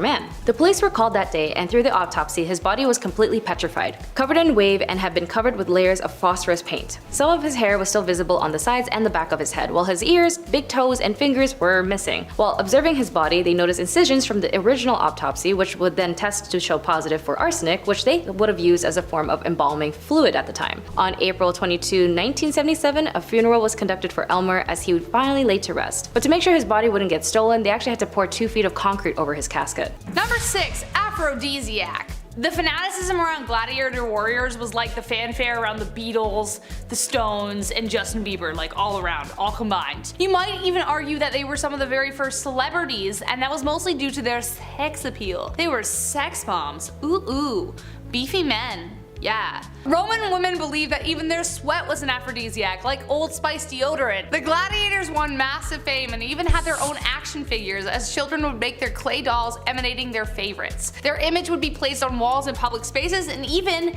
endorsed products. Women wore hair jewelry dipped in gladiator blood or mixed their sweat into hair cream or cosmetics. To have a dream about one was said to foretell a fortunate marriage. There was even graffiti in Pompeii that depicted one fighter who would catch women in his nets at night, like a sexy boogeyman. Ooh.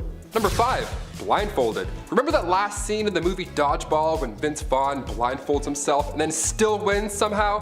What a moment in time. There were no dry eyes in the entire theater. But what if I told you gladiators would also pull this trick off? Yeah, in order to get crowds to return to these massive death events, they would need to change the formula up from time to time. Sometimes they would have cheap beer nights, which helped, but a new idea that worked was referred to as andabata, where gladiators wore blindfolds during combat. They would also leave the armor inside, yeah, sometimes just battling in sandals and cloth. And you thought Marco Polo made you anxious? They would save these events for the more brutal criminals, so people weren't just forced to, wrap up their eyes and shake their legs into an arena. It was, they were bad, so it's kind of like, it was fine, I guess. Number 4, tomb alignment. Nobody knows angles like ancient Egyptians. The way they built the pyramids, I mean, they still stand today confidently. We're trying to figure out just how they made the pyramids in the first place. Meanwhile, there's a team inside the pyramids trying to figure out who is even buried in the walls. It's a whole fascinating mystery. Using ground penetrating radar, researchers were able to find this corridor, this log opening in the bedrock at the exact same depth of King Tut's chamber. And on top of that, these openings are facing the same direction. Tomb KV62 and this new chamber have the same orientation, so of course we're going to believe that they're connected. Because unconnected tombs don't often align, or don't ever align really, so that's also a sign. We're getting close. Let's just give me a shovel, I'll get in there, I'll help out. Be so gentle with everything. I'll feather things off. I've seen National Treasure. Number 3, brief ruling. The queen was the stepmother of King Tut. Her daughter was married to King Tut, so there's a handful of Egyptologists that believe that right before King Tut's ruling in the 14th century, there was this really small window where Nefertiti ruled as pharaoh. There's also a great deal of historians that believe Nefertiti was no ruler to her husband, King Akhenaten, but we don't have enough evidence quite yet to really know what happened. Hence why we're doing a mystery video on the long lost queen. Now we get it. The reason we're adamant on finding everything we can is because she literally changed Egyptian religion. It's disgusting. Number 2, the breaking wheel. The breaking wheel is literally just a large disc, a pirate ship wheel almost, just lying there, where somebody is then tied to it and everybody else just hammers them and beats the shit out of them over and over. But of course, since we're talking about medieval times, everything has to be a show and whatnot, so once the accused was beaten and then presumed dead, the wheel would lift up and turn just to show everybody what's up. Another way to use the breaking wheel, yep, there was more than one, again, creative folks back then, they would tie a person to the wheel and then continue to rotate it, and then all the ropes below would get tighter and tighter and twist. Kind of like the rack, but with a literal twist. And finally coming in at number 1, the brazen bull. This one takes the rat's problem and then makes it a you problem. Out of all the ones on this list, the brazen bull is the last one that I would do straight up haunting. It's also been referred to as a Sicilian bull, and basically it's not too complex. There is a bronze sculpture, often in the shape of, you guessed it, a bull. But in medieval times, it was just a big closed cauldron, and usually it was large enough to fit a person inside. Yeah, this was in a Saw movie too, I believe. That's how you know it's a good one, when it's in the movie Saw. So once the person was locked inside or it was leaned over so they couldn't get out, a fire would then be set underneath this bull, and then you can probably figure out the rest in your head. They would even engineer the bull so that when somebody screamed, it sounded like a bull's roar. How fun is that? How fun is history? I'm learning so much about history that's fun on Bumblebee. At number 10, cutting fingernails. Each civilization had their own specific beliefs, religions, and rites. For the Vikings, their belief in Norse mythology impacted a lot of their daily lives and even their burial rituals. One specific prophecy from their religion depicted the end of the world, and as anyone would, they tried to avoid that at all costs. In Norse mythology, Ragnarok was their version of the end of the world, and during this event it was foretold that a lot of stuff was gonna happen, like giants and demons approaching and attacking the gods, and a ship called Nagfar would carry a fleet of giants. This ship was said to be made of the fingernails and toenails of the dead, and the bigger the ship, the more giants would come. Out of fear of this happening, the Vikings took every precaution to prevent Ragnarok and subsequently the arrival of this fingernail ship. To do this, the Vikings built into their burial rites a very important step, cutting the fingernails of the dead. The Vikings had to remove the fingernails of the dead so that they couldn't be used to build the giant ship, but other than their removal, no one really knows what they did with said fingernails. The Vikings were also said to have kept their own fingernails clean as to prevent the same outcome. At number 9, teeth filing. Many civilizations had body modifications as part of their culture through time. Mesoamerican civilizations were known to shape their skulls and alter their eyes, women in China altered the shapes of their feet for many years, and so many cultures around the world adorned themselves with tattoos, piercings, and scarifications. In Viking culture, their body modifications often included dental work. Evidence suggests that some Vikings filed horizontal lines into their teeth, and some of them filled those grooves with red dye to make themselves look even more terrifying.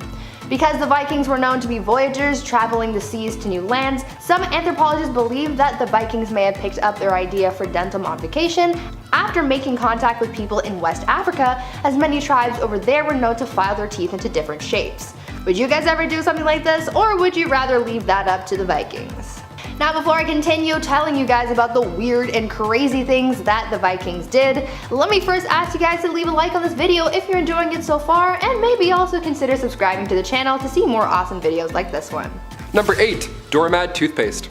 We've mentioned some horrible lipsticks and face powders, so we need to mention this disaster of a brand. Moving past the days where your barber pulls out the problem in the 1940s, we had toothpaste.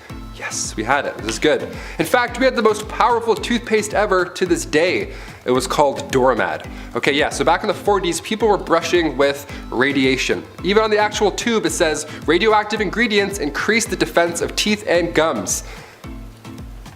Okay. These cells are loaded with new life energy. The bacteria is hindered in their destroying effect, leaving behind a pleasant, mild, refreshing taste. Ah, yummy. Its radioactivity was low in comparison, but the fact that this existed once, not too long ago, is just wild to me. Good gums don't bleed, they actually glow. What would their slogan be today? Doramad, accelerate your breath. Number 7. Shards and sharts. Oh, you thought we were done with the bum history. Think again. This is a part 4, and honestly, I could do 4 more parts on wiping alone. It's a pretty big deal, it's nuts. We don't realize how lucky we are. During the pandemic, for example, one of the first things people stocked up on was toilet paper. It's worrisome to not have 6 rolls on standby. You start getting anxious, right? You're like, oh, but what if I eat some lobster? I don't know. Whatever makes your tummy upset. Now you know a little bit more about me. But nobody did it like the ancient Greeks, and I mean nobody. Survey says ancient Greeks would wipe using broken pieces of ceramic. Oh my god. They would even sometimes write the names of their enemies on this piece of shard and then wipe. Isn't that wild? It's like, I'll show you by wiping with ceramic with your name on it. Gotcha. Yes, this obviously led to major health problems, and according to the British medical journals, 3 pieces was often enough. 3 is still a good number today. That's a comfortable fold, but ceramic, no, there's no way. No way. It was the better alternative, believe it or not. The other was actually sharp seashells. At number 6, The Last Supper. Many of Leonardo da Vinci's paintings are shrouded in mystery. There are many mysteries surrounding the Mona Lisa, other than the one I previously mentioned, and there are a couple of other pieces with a lot of unanswered questions, but let me tell you about one of the mysteries surrounding da Vinci's The Last Supper. The Last Supper is a depiction of Jesus and his disciples at the last Passover meal before Jesus' crucifixion. Though it looks like a normal painting, there are hidden Easter eggs that raise some questions. Dan Brown, the author of the Da Vinci Code, came up with a theory that Mary Magdalene is depicted in the painting. Mary Magdalene is thought to have potentially been Jesus' wife, and according to Dan Brown, the disciple in the painting that was previously identified as John was actually Mary Magdalene because this person had softer features that could be perceived as feminine. There is a counter-argument to this theory, saying that the softer features in the painting were more so to depict the youth of the disciple John because he was the youngest of Jesus' disciples. But what do you guys think? Is there actually merit to this theory? At number 5, Unfinished. From what we've learned about Leonardo da Vinci, he seemed like the type of person who marched to the beat of his own drum. He did whatever he wanted, when he wanted, and no one could tell him otherwise. Or at least that's how I perceive him anyway. But I think that this perception of him could also be backed up by the fact that he apparently rarely ever finished his work. Apparently, Da Vinci was known to leave commissions and his own personal works unfinished. He was a meh, not really feeling this one right now kind of guy. Turns out the Mona Lisa was actually a commission project from a wealthy silk merchant to the Medici, and he never received the painting. Some of Da Vinci's other works like the Sforza Horse Monument and the Battle of Anghiari mural were also abandoned and never completed by the artist. As you can imagine, his clients would often hound and harass Leonardo for the completed pieces that he often never even started. He got so tired of painting later in life that he said that he could not even bear the sight of a paintbrush. I have to say, I kind of feel bad for the people who never got their commission pieces because I'm sure they would have been quite incredible. Number 4, the Bastille. Bastille, Bastille, Bastille. What am I talking about? It seems wrong not to mention one of the most pivotal moments in the French Revolution, the storming of the Bastille.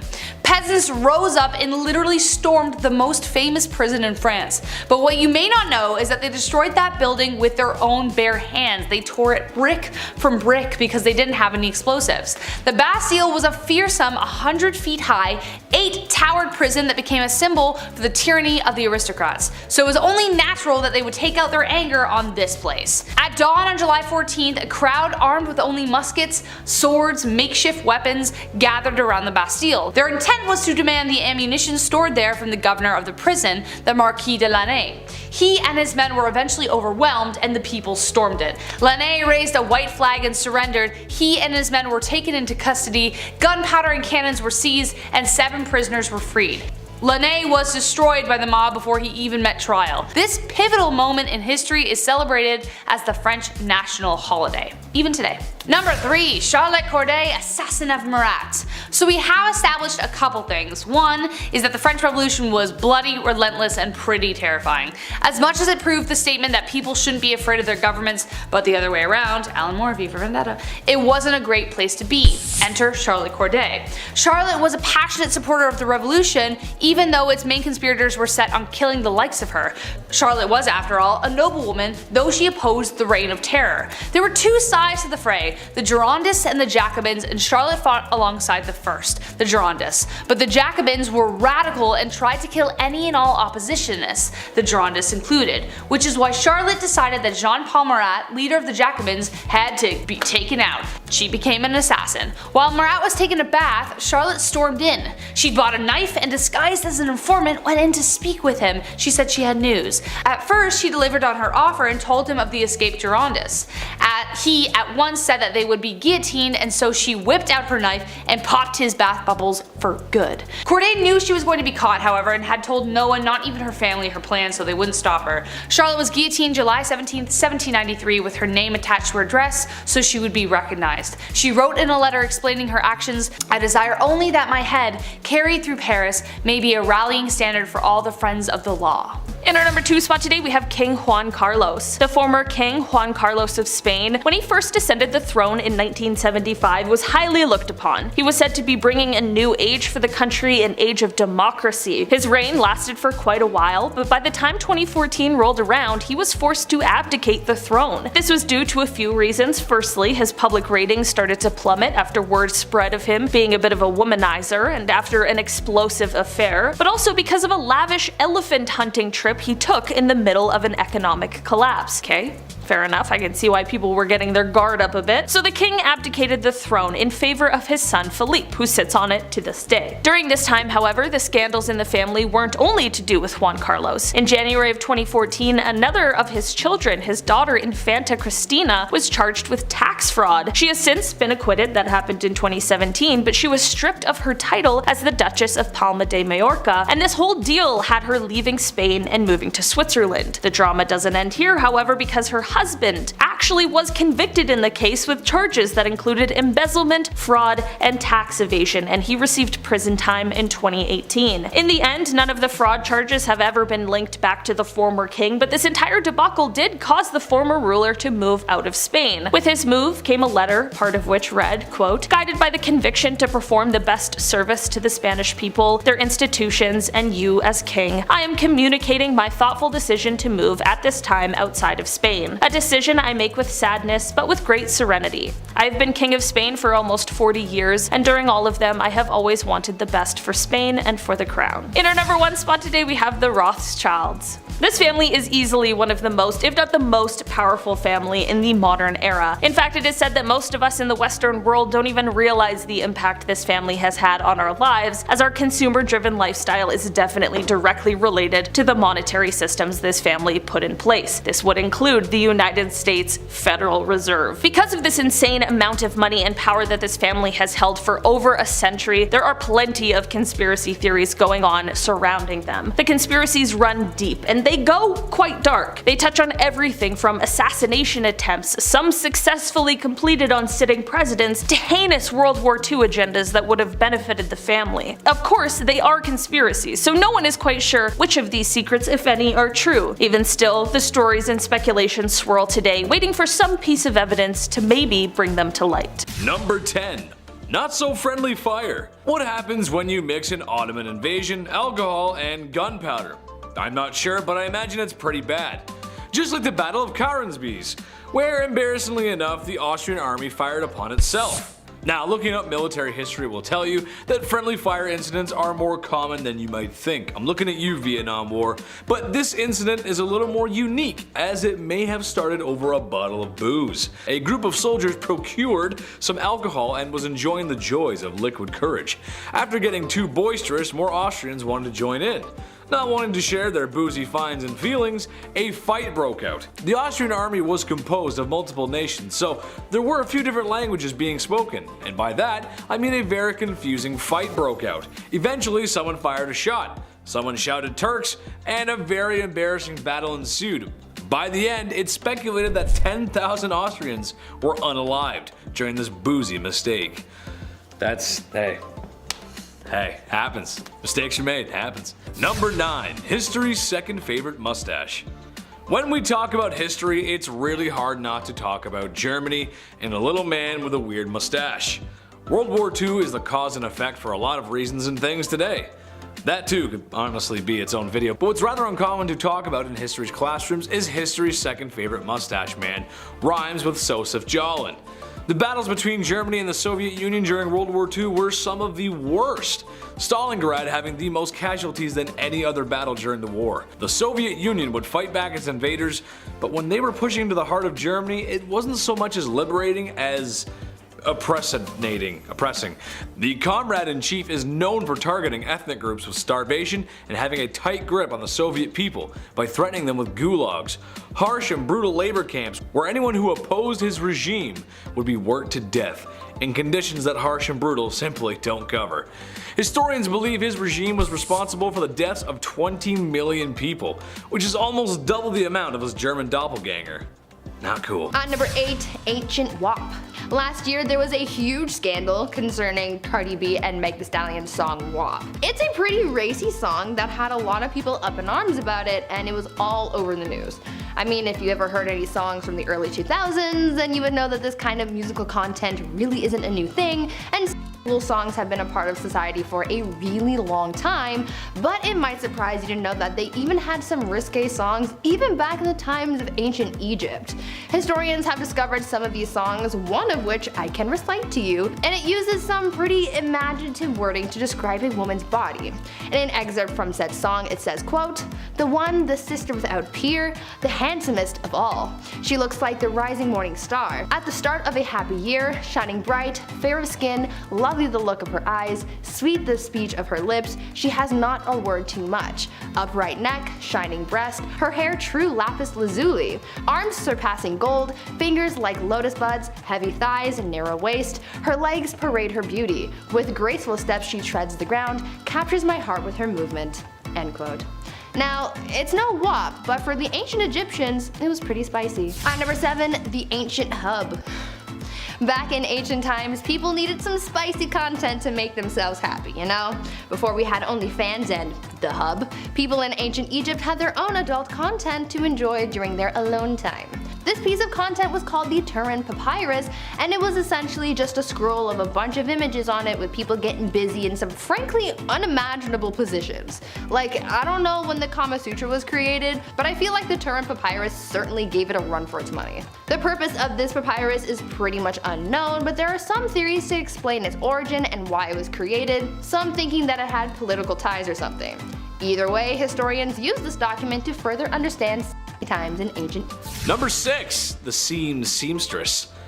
Being that the Industrial Revolution had started and business was booming, people needed to travel for business, or more specifically, men needed to travel for business, which means they gotta be away from their wives, and that means they are away from the very thing we're talking about today, bedroom stuff. How did men solve this issue? Well, there was no shortage of ladies roaming street corners to aid in that matter. However, there's an option with a little less syphilis. There were aids or early blow-up dolls called travel ladies. Strangely enough, it was stored in a gentleman's hat. What? That's so wrong. Once it was ready to be used, it was inflated and reassembled. This is a quote from an ad from one of the products. "It is inflated to the essential part of the woman wanted by a man." That just doesn't sound very good. This is why we have boards of people to check stuff from products before it gets shipped out to the public.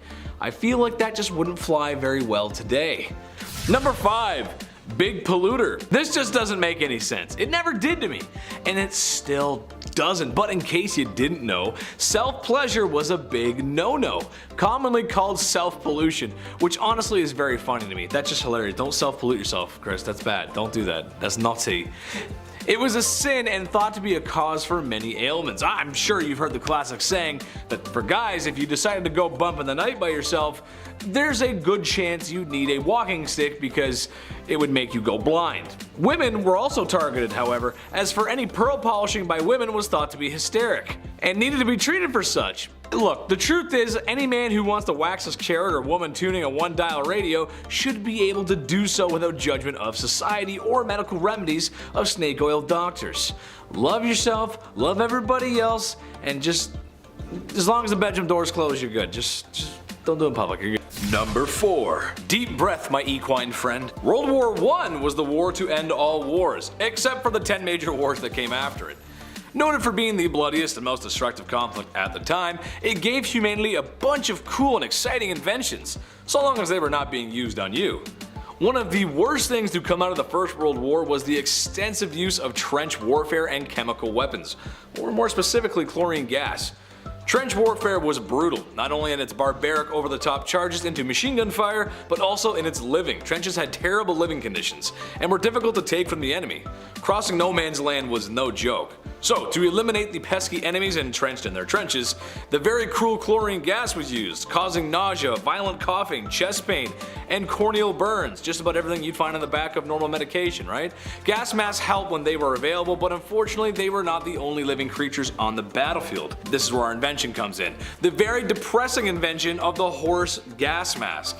The idea is the same. Horses need protection too, and since World War I was still a war powered by horses, it was more common than you might think, and a lot of our equine friends perished alongside us. Number 3. Wilson! Some of you may have been cool enough back in 1975 to own a pet rock. Some of you may have not. Looking back, it doesn't really make any sense. Sure, everyone needs something to keep them company. Tom Hanks would have never gotten off the island he was stranded on if it wasn't for Wilson. Imagine a world without Tom Hanks. I, for one, would not want to live in such a world. All jokes aside, the pet rock was a genius marketing campaign, very similar to the fidget spinner of recent years. It's proof that if you can get a fad trade rolling, you can sell anything.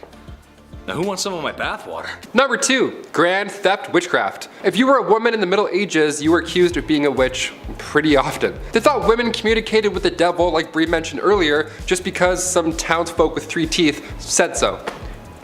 Great, thanks Abe. Good job, good report. The punishment for practicing witchcraft wasn't a heavy fine like guys who cheated, but they would be burnt at the stake. This was popular in Scotland along with drowning. Those are the 2 big ones. Remember earlier how I said women would sometimes be dipped into a river or a pond? Well, they would also sometimes just be left there. It's called witch dipping, and depending on if she floated or sank, that's, witch or not. The dumbest thing I ever heard. If you were charged with treason or witchcraft, that was the ideal punishment, because it surely beats burning to death in front of an entire village. This all got out of control come the start of the 17th century with the Salem witch trials. That's when people were like, you know what, I think this is wrong. I think we should stop, let's put this torch out, I think we're good. That's when 19 people were executed for being witches. God forbid you knew how to do bed maths in the Middle Ages. Also, that's a lot of coordination to get that many townsfolk together and be like, okay, you need this, how many people are standing here? Almost like you would use basic math to figure that out. You're a witch too. Spoiler alert, we're all witches, because we know things. I don't know, I hate this. And finally at number 1, crimes of the heart. For some unknown reason, people were really out here in these streets in medieval times trying to accuse women of everything. Witchcraft was a common accusation, but the other common crime that women were often accused of was adultery. But you see, the thing is, someone could accuse a woman of adultery even if she never had physical contact with another person. Now, how the heck does that work, you ask? Well, it depended on where these people lived. During the medieval age in the Byzantine Empire, it was considered adultery if they spent a night outside of their husbands' or parents' homes. In Slavic parts of Europe, a woman could be considered guilty of infidelity for simply going to a public event. I'm pretty sure with this logic, if you even breathe in the same general vicinity of a man, then you could be accused of adultery. I mean, what the F is that up? The only bright side, I guess, is the fact that when it came down to punishments for adultery, men usually got the worst punishments in comparison to women. However, they would be accused of this crime way less often than women, so I guess in a way we still got the short end of the stick.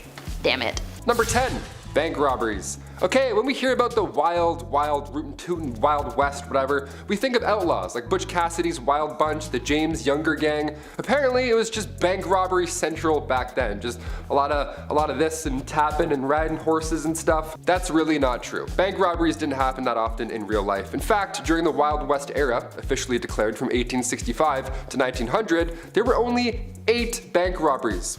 8. That many years ago, along 15 western states, there were only 8. To put that in perspective, in 2017 alone, there were roughly 4,000 bank robberies in the United States. Much more than 8. The first armed robbery ever in history was done by the famous outlaw Jesse James and his brother Frank. This went down in 1866. The gang of outlaws robbed the Clay County Savings Association in Liberty, Missouri. Fun rootin' tootin' history. Number 9. Camels. My favorite actor growing up, hands down, was Woody from Toy Story. The guy's physical comedy was on point. And no, I don't mean Tom Hanks. I mean Woody. With this crazy little cowboy run, tipping his hat. But what's a cowboy without his horse, right? As soon as Bullseye got introduced in Toy Story 2, the picture was complete. A cowboy and a horse. We've seen this combo at some point in our lives. Everywhere. But did you know that for around 100 years, camels were part of Texas wildlife? So imagine a cowboy on a camel. Yeah, that's real. That happened. Imagine 2 cowboys on the humps of a camel. How silly and intimidating would that look? Back in 1855, Congress spent thousands to purchase and ship feral camels from Egypt. The hot Southwest would make sense when it comes to camels doing their camel thing.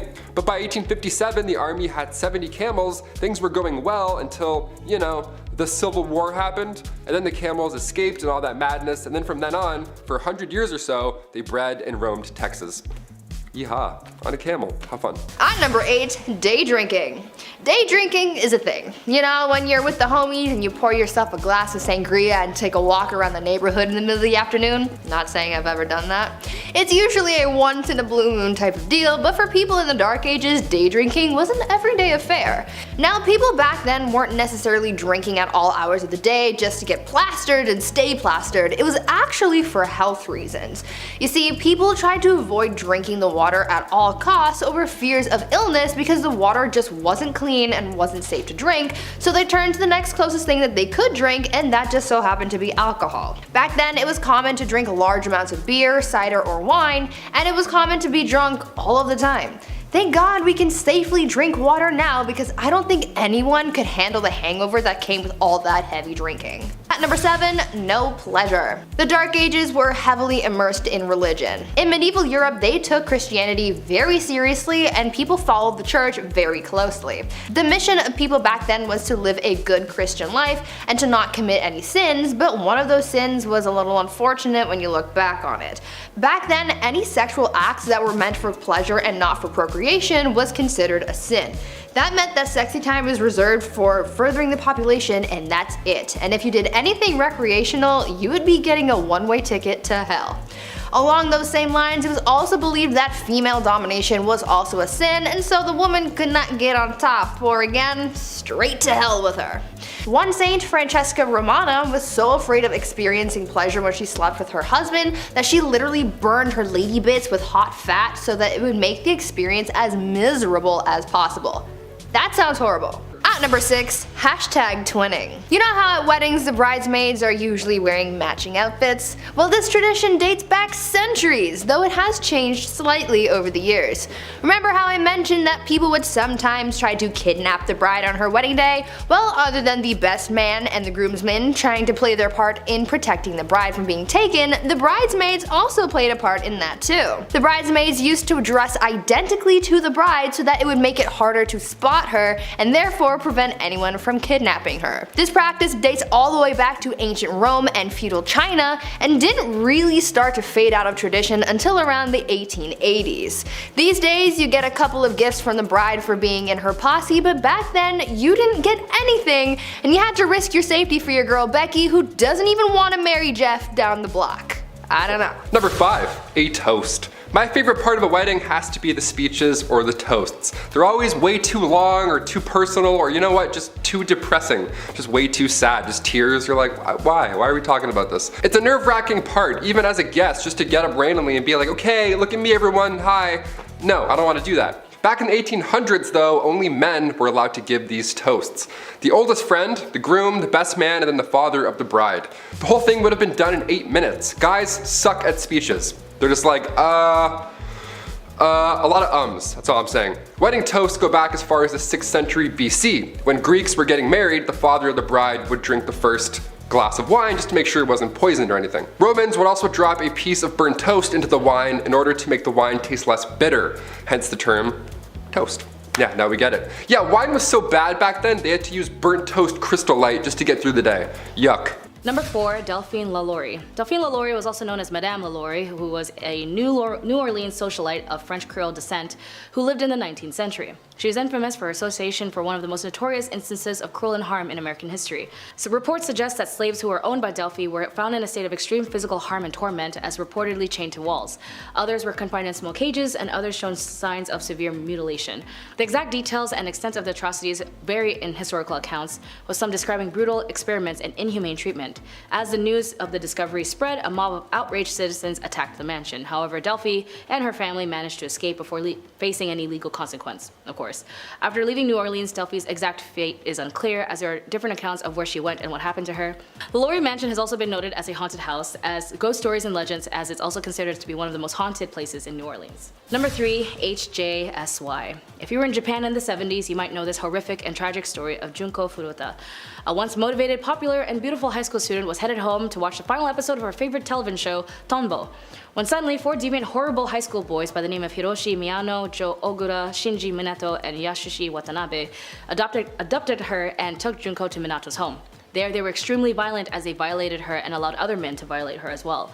From the day of her kidnapping on November 25th to the day that she died on January 4th, under excruciating physical and psychological pain, she was tormented, beaten, lacerated, and even burned. Her appearance drastically deteriorated to the point where she even gave off a rotting smell. After beating and dropping an iron exercise ball in her stomach several times, burning her with hot candles and on her eyelids, forcing her to drink her own urine, Furuta succumbed to her injuries and she died. Less than 24 hours after realizing she had died, they wrapped her body in blankets, shoved her in a body and traveling bag, then placed her body in a 55 US gallon drum and filled it with wet concrete. They then dumped her body in a cement trunk in Tokyo, and after they were caught and convicted for another of kidnapping and physical harm to another woman, the boys accidentally confessed to the crime of Junko and told police where to find her body. She was finally found, and her parents and her classmates and her co-workers found peace, knowing she can finally be buried. But these horrible, crappy kids were only able to get less than a 10-year sentence, and even the mother of one of these horrible delinquents, Ogura, vandalized Furuta's grave, saying that the dead girl ruined her son's life. Which, to be honest, after these guys were released, they ended up doing more crime anyway and got arrested for that. Either way, the tragic crime of Junko Furuta had echoed as one of the most horrible crimes committed in Japan. Number 2, Hippopotamus. Surprisingly little is known about the life of the boy pharaoh Tutankhamun, but some historians believe they know how he got a ticket to the afterlife. Scans of the young king's body show that he was embalmed without his heart or his chest wall. This drastic departure from traditional Egyptian burial practices could suggest many different things, but one hypothesis is that he may have suffered a horrific injury prior to his passing. According to a handful of Egyptologists, one of the most likely causes for this wound would have been a bite from a hippopotamus. Now, I don't know if you know, but hippos are actually extremely dangerous. But evidence indicates that the Egyptians hunted the beasts for sport, and statues found in King Tut's tomb even depict him in the act of throwing a harpoon. If the boy pharaoh was indeed fond of stalking the dangerous game, then the end of his life might have been the result of a hunt gone wrong. And finally, in at number 1 today, Kitty Shield. It's no secret that ancient Egyptians were obsessed with cats, and even worshipped them. When a cat lays down to its eternal rest, every member of the mourning family would shave their eyebrows in sorrow. If someone took the life of a cat, they were thrown into a poisonous snake pit, rightly so. After a cat passed on, it was mummified and buried in the cat cemetery with a bowl of milk next to it to prevent them from being thirsty in the afterlife. They also trained them to be vicious exterminators of pests that infiltrated food storage, allowing an agricultural society to dominate the Mediterranean. This was great. I love cats too, but it may have actually been part of the reason the Egyptians suffered a horrible defeat. Cats were so precious that when the Persians showed up using cats as shields, the Egyptians retreated in fear of taking the life of a cat. So the Persians took out tons of soldiers, the pharaoh, and took over the rule of Egypt. Number 10, Mr. Cornwell and the no good, terrible, bad Christmas. I know it's still a little early to talk about Christmas, but I can't help it. I love the holidays. Plus, mainly my birthday's around the same time. But anyways, I digress. Christmas, however, in England for about 20 years was actually banned. Apparently in the 1600s, between 1644 and 1660, Lord Protector Oliver Cromwell, who at the time was considered an unelect prime minister, banned the celebration of the holiday season. His reasoning was due to the fact that he was a traditional and very strict Christian, a Puritan, who believed that the activities like dancing, music, and makeup were considered sinful. To Puritans, they believed that any act would deviate from God should be banned and punishable by all means. Of course, this decision didn't last very long as it caused such an uproar, people caused riots. The English didn't like it, but as for the Scottish, they didn't seem to care too much considering Christmas wasn't much of a celebration till 1958, just a few hundred years later. That's all. Number 9, do you get deja vu? I know there's a term for this, when something happens in the past and it repeats. Is it deja vu, a coincidence? Oh, a reoccurrence. But in this case, this didn't happen yet. So I'll say it's a premonition, a really weird coincidental premonition. When the Titanic sank, it marked a huge impact throughout the world and through time. The claimed unsinkable giant fell to the bottom of the ocean and claimed the lives of over 1,496 patrons of all social classes. Researchers found the cause due to the temperatures lowering and freezing causes the sea's surface to reflect like glass. Because of this, spotting the iceberg was difficult, and therefore causing the Titanic to collide. The thing is, we know much about this part of history, but the scary part is that there was a book called Futility, a book that seemingly and strangely foresaw the disaster. Released in 1898, just 14 years before the Titanic demise, the writer Morgan Robinson wrote the novel Futility, or The Wreck of the Titan, a book that tells the story of a fictional ship whose sinking resembles very similarities with the events that happened in 1912. Number 8, vegetarians. So believe it or not, the diet of a gladiator was largely vegetarian, though it wasn't really like they had any choice. It was expensive to keep these fearsome warriors, and meat wasn't always easy to come by, so they had to fill in the gap with other sources. Based on the excavation of 22 gladiators, their bones revealed that their typical food was wheat, barley, and beans. How they could tell this from their bones, no idea. Science, man. There was little sign of any meat or even dairy as well. However, they did drink another kind of mysterious substance. This study was carried out by the Medical University of Vienna in Austria and the University of Bern in Switzerland. And not only did it reveal the aforementioned vegetarian diets, it also showed evidence that they consumed a health-boosting tonic made out of plant ashes. It can be compared to the way we consume magnesium tablets or vitamin C. It was believed that it helped restore gladiators after a battle. Now obviously 22 is a pretty small sample size, but hey, that's still at least that percentage, so. Number 7, death before combat. With most of these Roman gladiators, they are trained, they understand a specific style of combat, and they're paired off with an opponent that's somewhat equal. But not all of these gladiators are UFC fighters. Not all of them are Russell Crowe, okay? A great amount of gladiators were criminals who were forced to fight each other in the name of entertainment. These prisoners of war were not really on board with fighting a lion with a dagger. They understood that this was probably a one-way trip, so many of them took their own lives before the combat even began. This one story is haunting, but it makes total sense. 29 prisoners were all set to fight these crazy animal battles in front of thousands, but they all ended up strangling each other. They took each other's lives because that was easier to them than walking into this nightmare. That's horrible. The reason this was an easier choice to make was because saying no would lead to an even more painful and still public execution. Number 6, hidden chamber. Ancient Egyptian architecture is mind-blowing. Even to this day, we're trying to figure out how exactly everything was built. More and more secrets are coming out of all these hidden tombs. It's fascinating. Technology is for sure a helping hand when it comes to learning about our past queens and kings. And for Queen Nefertiti, her final resting place is now believed to be in a secret chamber in King Tut's tomb. This was years ago. Egypt tourist minister Hisham Zazou said the discovery was like a big bang. And I see no lies. It's perhaps one of the biggest discoveries of the 21st century. After radar tests were conducted, Egyptian officials were 90% sure they found a hidden chamber. And it was also full of treasures, so that's neat. And also, we're onto something. Number 5. Original plans. Another theory that surrounds the queen is that King Tut's chamber was actually meant for her. Yeah, listen to this. The former Antiquities Minister doesn't believe this. He strongly stands by his belief that the lost queen was one of the female mummies found in the Valley of the Kings. What's compelling here though is that King Tut passed away at age 19, so many believe his own burial chamber hadn't even been built yet, or finished at least. So instead, they used hers. But a radar survey around the tomb in the Valley of the Kings shows us this hidden chamber behind the north wall of the burial chamber. It's been said before that King Tut's chamber was way too small and there must be more. His stepmom being buried in the same tomb, well, that's certainly a start. We're onto something. Number 4, solitary confinement.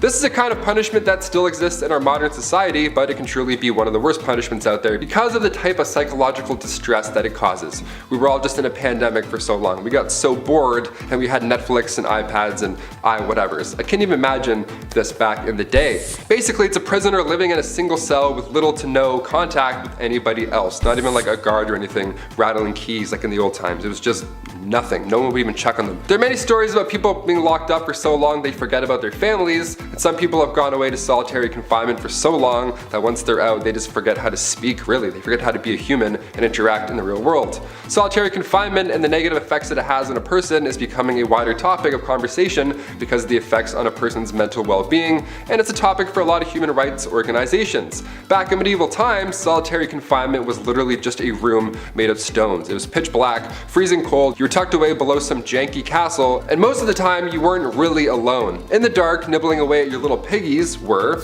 number 3, rats. Another Game of Thrones classic. If you're a rat person, I know there's a lot of people who do tricks with their pet rat. That's cool, but maybe cover Stuart Little's eyes for this one. Rats as a medieval punishment, where do I even start? Okay, this one was a punishment for the rats at the same time. What was once called a rat trap involved a man or woman being tied down to something, and then a metal enclosure would be strapped down to their chest or their stomach. Now inside this metal enclosure, there's rats, which are also just loose walking around, and the person can feel them, the little feet walking around in their skin. And this is when the person, and still in the punishment, begins heating the other end of the metal enclosure. Historically, it was hot coals that were usually placed on top, or there's a fire underneath, which quickly creates a hot environment for the rats inside.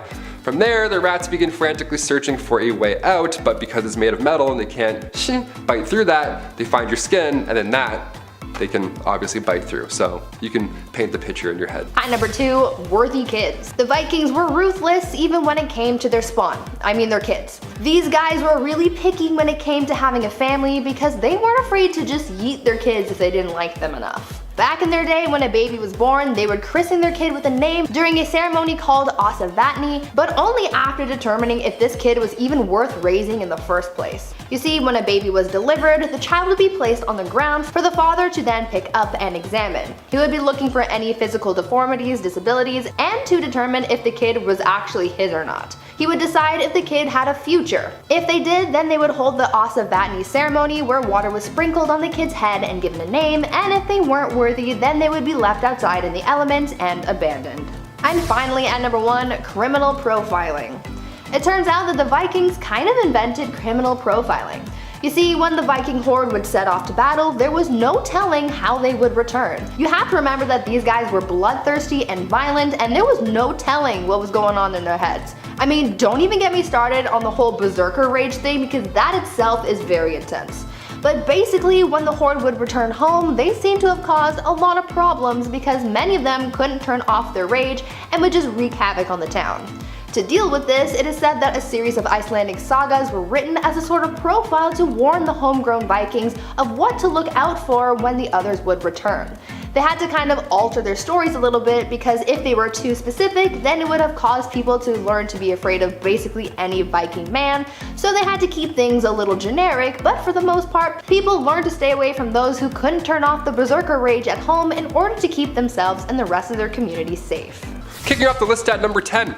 Wiper no wiping. On part 3 of the series, we of course brought up the worst job in royal history, the groom of the stool. Wiping was a royalty. We didn't have the fluffy bear family telling us to #enjoy the go, where they used an incredible amount, just a wasteful amount of toilet paper. Those bears, so wasteful. We had to improvise back then and use leaves. And by we, I mean medieval peasants, not us. We discussed Romans just pooping through cold cement benches, but what did they use to wipe after the fact?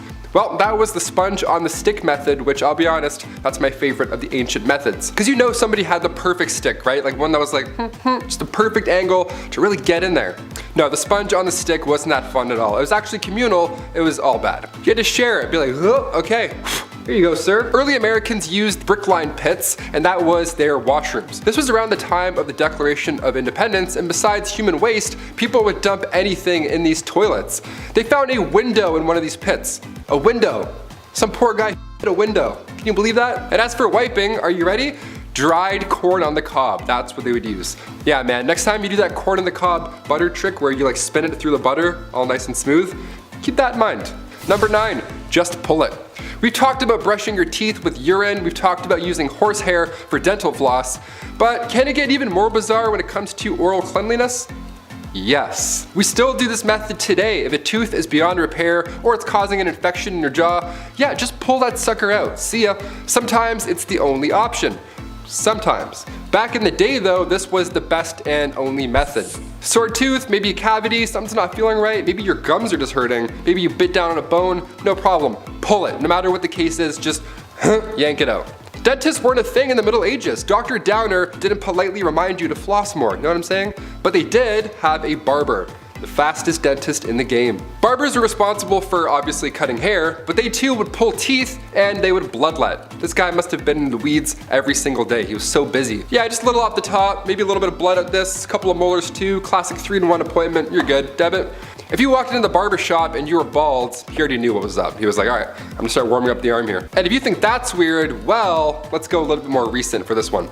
At number 8, Mona Lisa smirk. For some reason, people for years have been so obsessed with the Mona Lisa and her mysterious smirk. I mean, I don't really get what's so mysterious about it, but apparently it has been a hot topic in the art world. For years, people have been trying to piece together who Mona Lisa was and why she was smiling like that. Scans of the famous paintings have revealed many secrets, and countless scientists took a stab at trying to crack the case on this whole Mona Lisa mystery, but it seems like one person is thought to have figured out why Mona Lisa looks the way she does.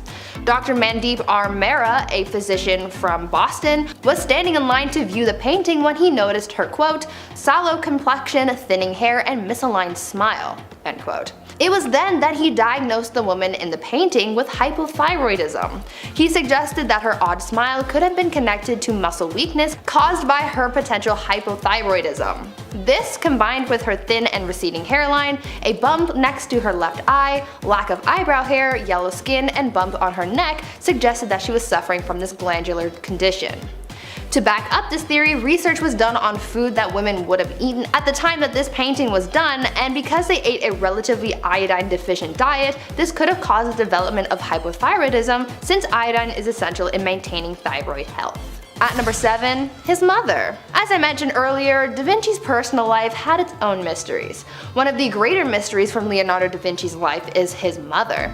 No one really knows who she was or where she came from, but there are a handful of theories.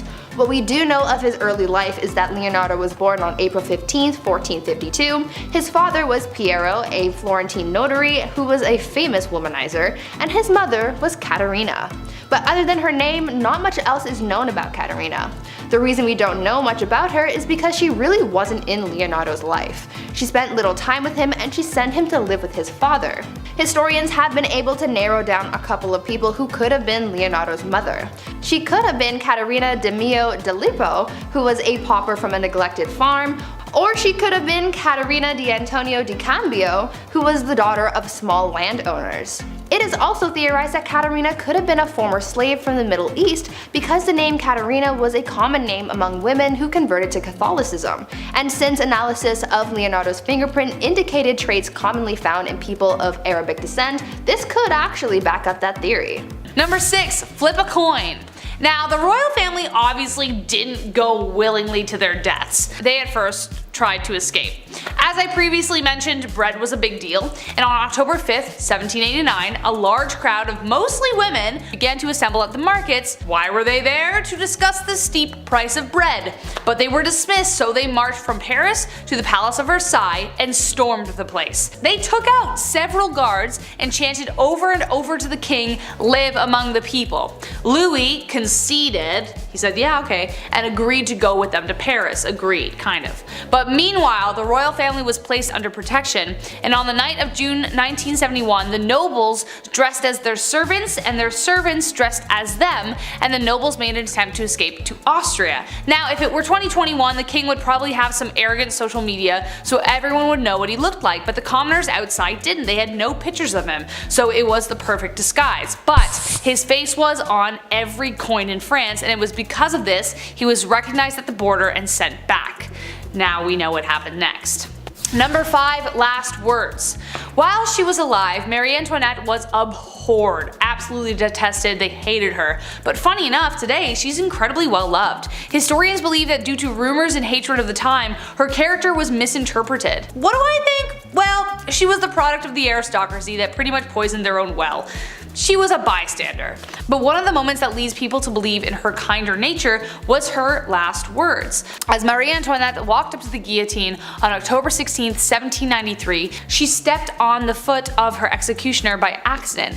Some say it was something else, but either way, her last words were reported as, "I'm sorry." In our number 4 spot today we have Marguerite and Blanche of Burgundy. This is a royal scandal that took place all the way back in 1314, and it starts off with the daughters-in-law of King Philip IV of France. I think that's the 4th. Here's hoping. These young women, Marguerite and Blanche of Burgundy, were accused of having quite a scandalous affair with 2 brothers, Philippe and Gautier. So this already is some hot tea, but apparently when Queen Isabella of England, who is the daughter of King Philip of France, so I guess like sisters-in-law with these ladies, when she heard these stories, apparently she's the one who totally outed their affairs. It was obviously a huge deal and both of the women admitted to their adultery. This led to them being pretty much erased from public knowledge. They had their hair cut short and they were thrown in a dungeon, and even though Marguerite was meant to be the Queen of France through her marriage, when her husband ascended the throne, she stayed locked in the dungeon until the marriage could be annulled. Little is known about what happened to either of them after this point. However, it is believed that Marguerite passed away in 1315 and Blanche 1326. As for the men in this affair, well, they met quite a gruesome fate that involved the removal of their bits and pieces before their swift execution. In our number 3 spot today we have the Duggars. Alright, one of the most famous reality TV families, and even before the horrors of this family came to light, they were already a family that had fame due to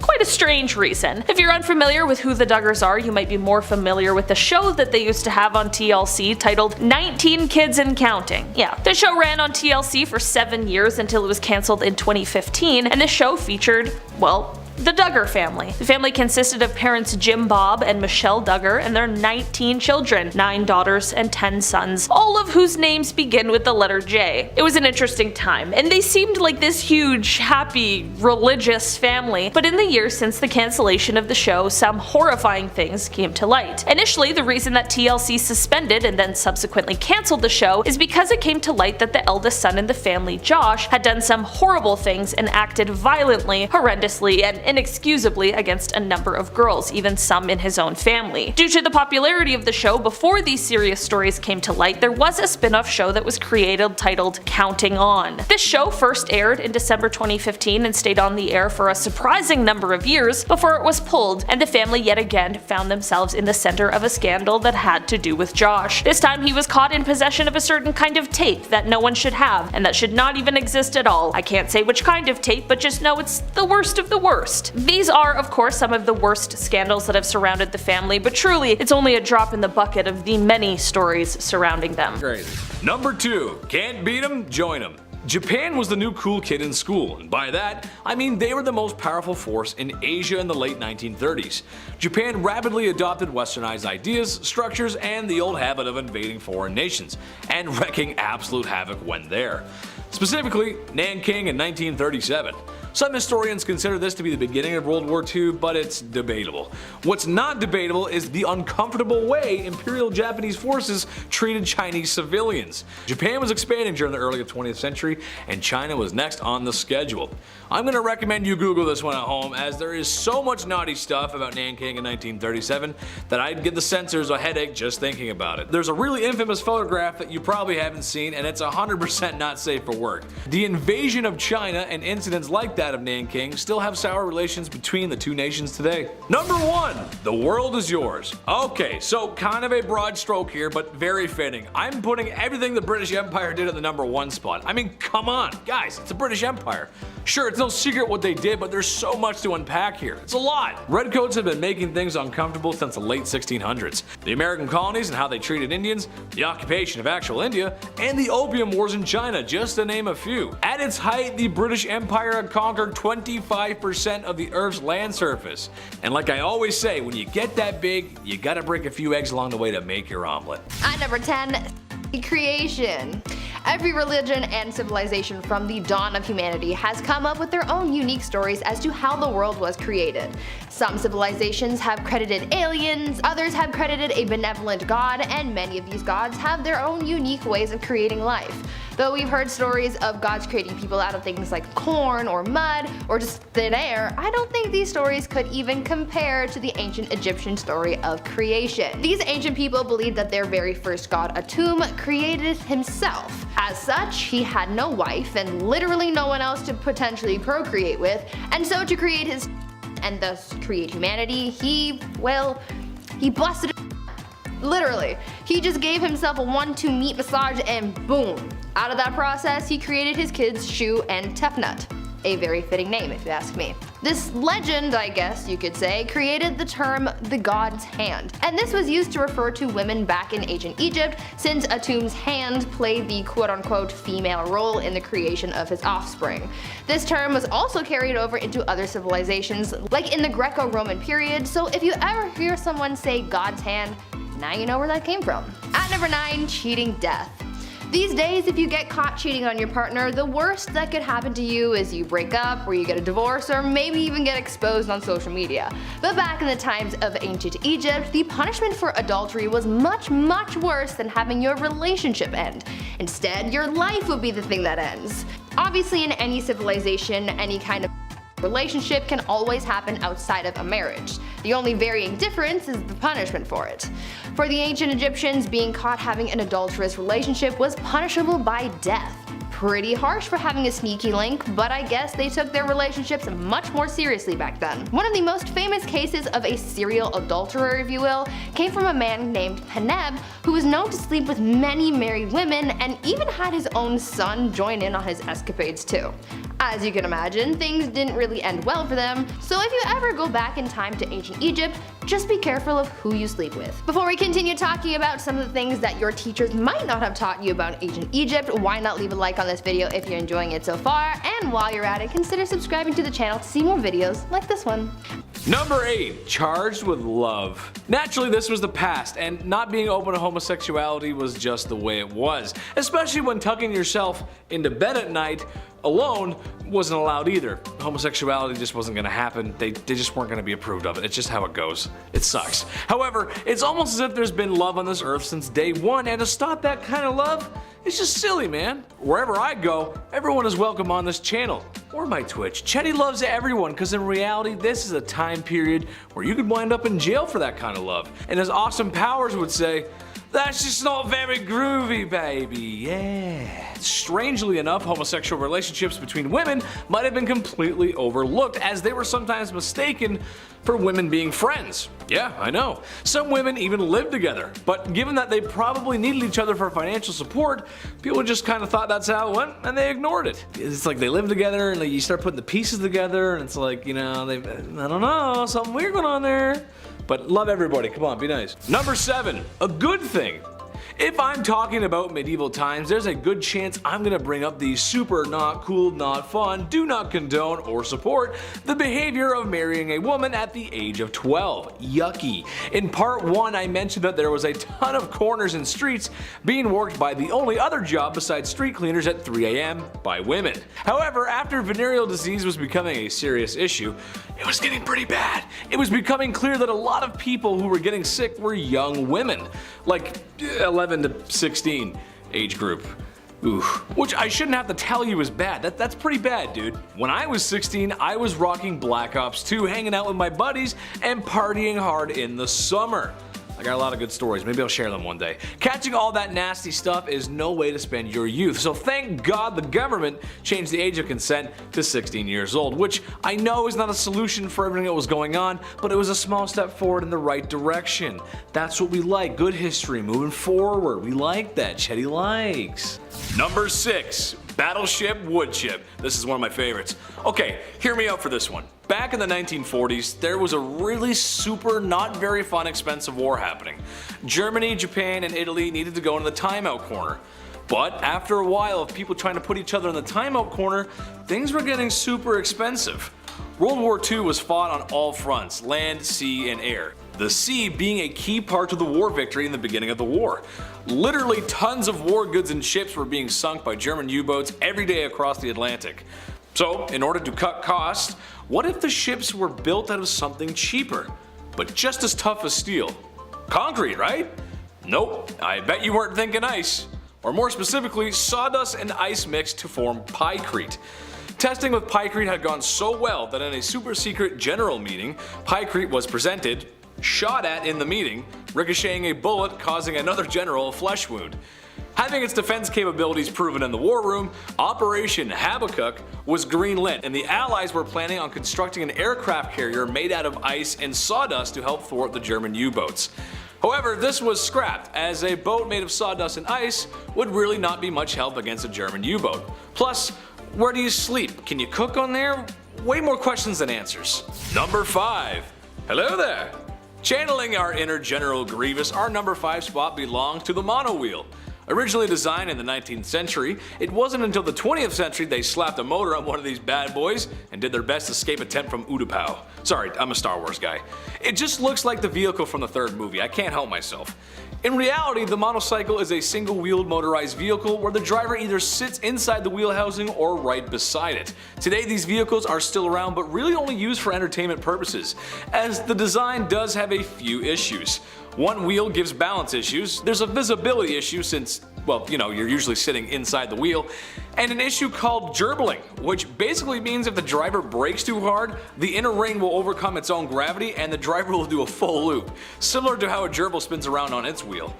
Seeing that would make Monday morning traffic a lot more amusing though, I gotta say. Number 4, the Walk of Shame. We've all heard the term Walk of Shame at some point, but what does it really mean? And also, where did it originally come from? Well, it was originally referred to as a skimmington or rough music. And no, it doesn't mean they would blast Slipknot this whole time. This was done to wives who were bossy or overbearing. They would be forced to walk through the entire town barefoot. All those crooked, horrible stone roads, ankles just toast. It was horrible.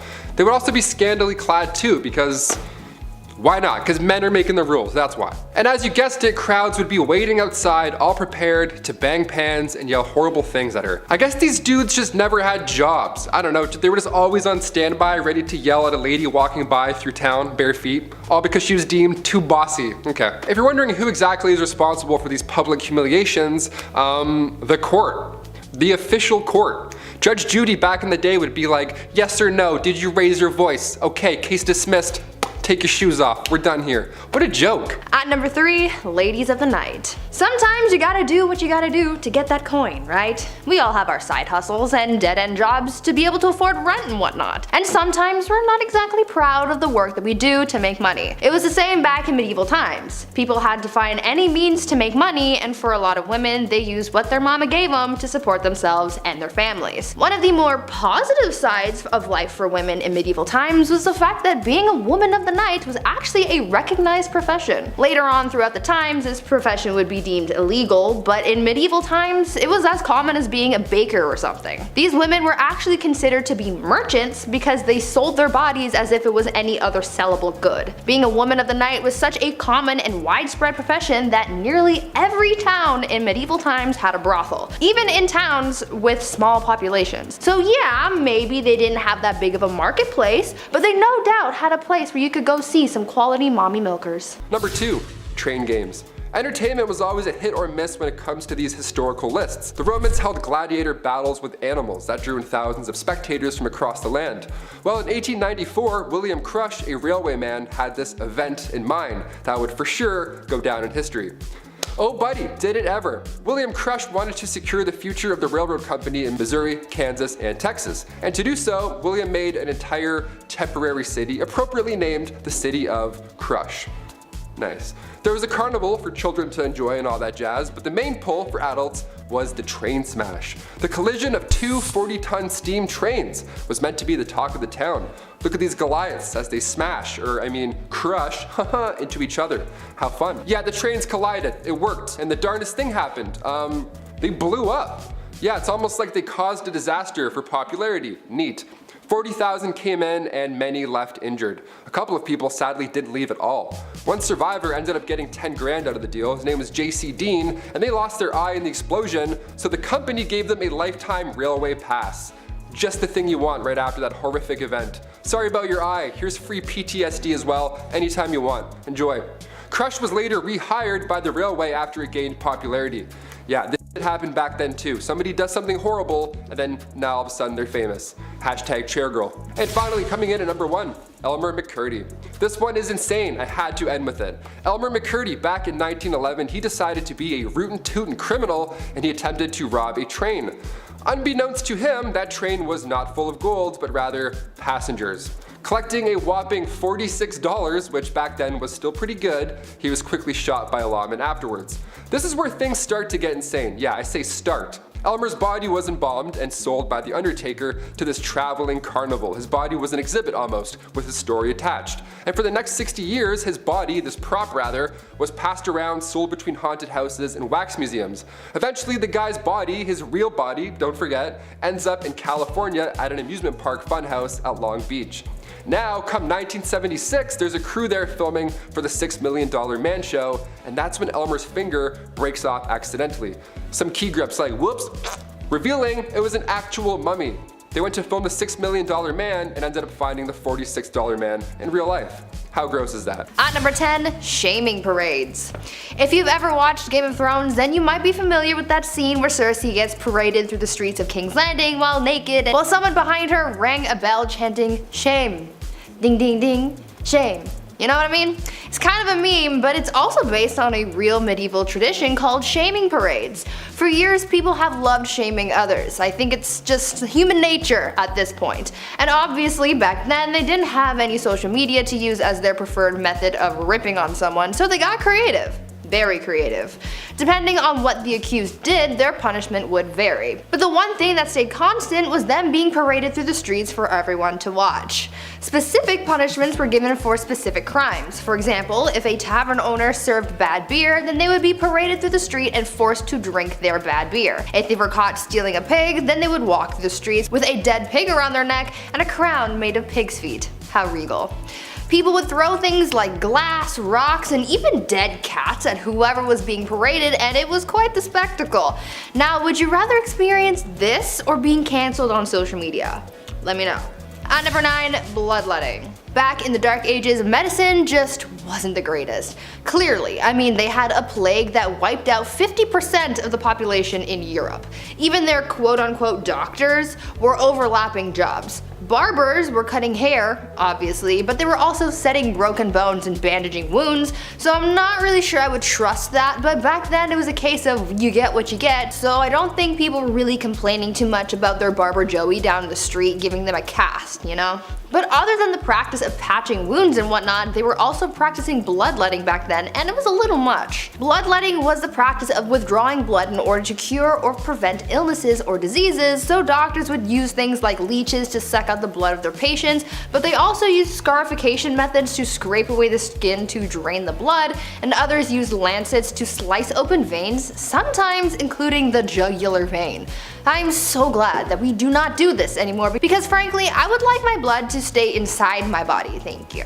Now before we carry on talking about just how weird things were back in the Dark Ages, why not leave a like on this video if you're enjoying it so far, and while you're at it, maybe think about smashing that subscribe button as well to see more videos like this one. At number 8, best man. These days, the role of the best man normally goes to the guy who's closest to the groom, whether that's a brother or a best friend. But back during the time where women were married off like property, the role of the best man was very different and was all about protecting one's assets. Back then, bride napping was actually very common, so if there was someone else who wanted to marry someone who was already promised to another person, they might try and steal her away for themselves. Yeah, why? I don't know. This is where the best man came in. The best man's job was to protect the bride, and if she was stolen, the best man would be the one to enter whatever battle or duel was necessary to get the bride back. The best man was literally there to be the best fighter. The best man was also there to watch over the bride to make sure that she didn't try and make a run for it herself. They really said, try to derail this wedding and see what happens. Number 7, a June wedding. As we're counting down this list slowly but surely, you've probably begun fantasizing maybe about your own wedding one day. Maybe it's a beach wedding, maybe it's themed like a winter wonderland. Doesn't that sound cozy? It's your big day, get creative. They say the best month to get married is June, and from a Canadian point of view, I can absolutely agree with that. In ancient Roman times, however, getting married in June was a must, not just a thing you wanted to do. See, June was the month of the god Juno. They protect women in life when it comes to marriage and childbirth, so if it's between that and like, I don't know, Halloween, obviously we're gonna go with June. Better omens for sure. Another myth is that bathing was rarely done back then, so when majority of the population did finally, wash up at the end of May or beginning of June, that's often when it would happen. Everybody smelled nice, they felt good, and they wanted to celebrate. So it was perfect timing.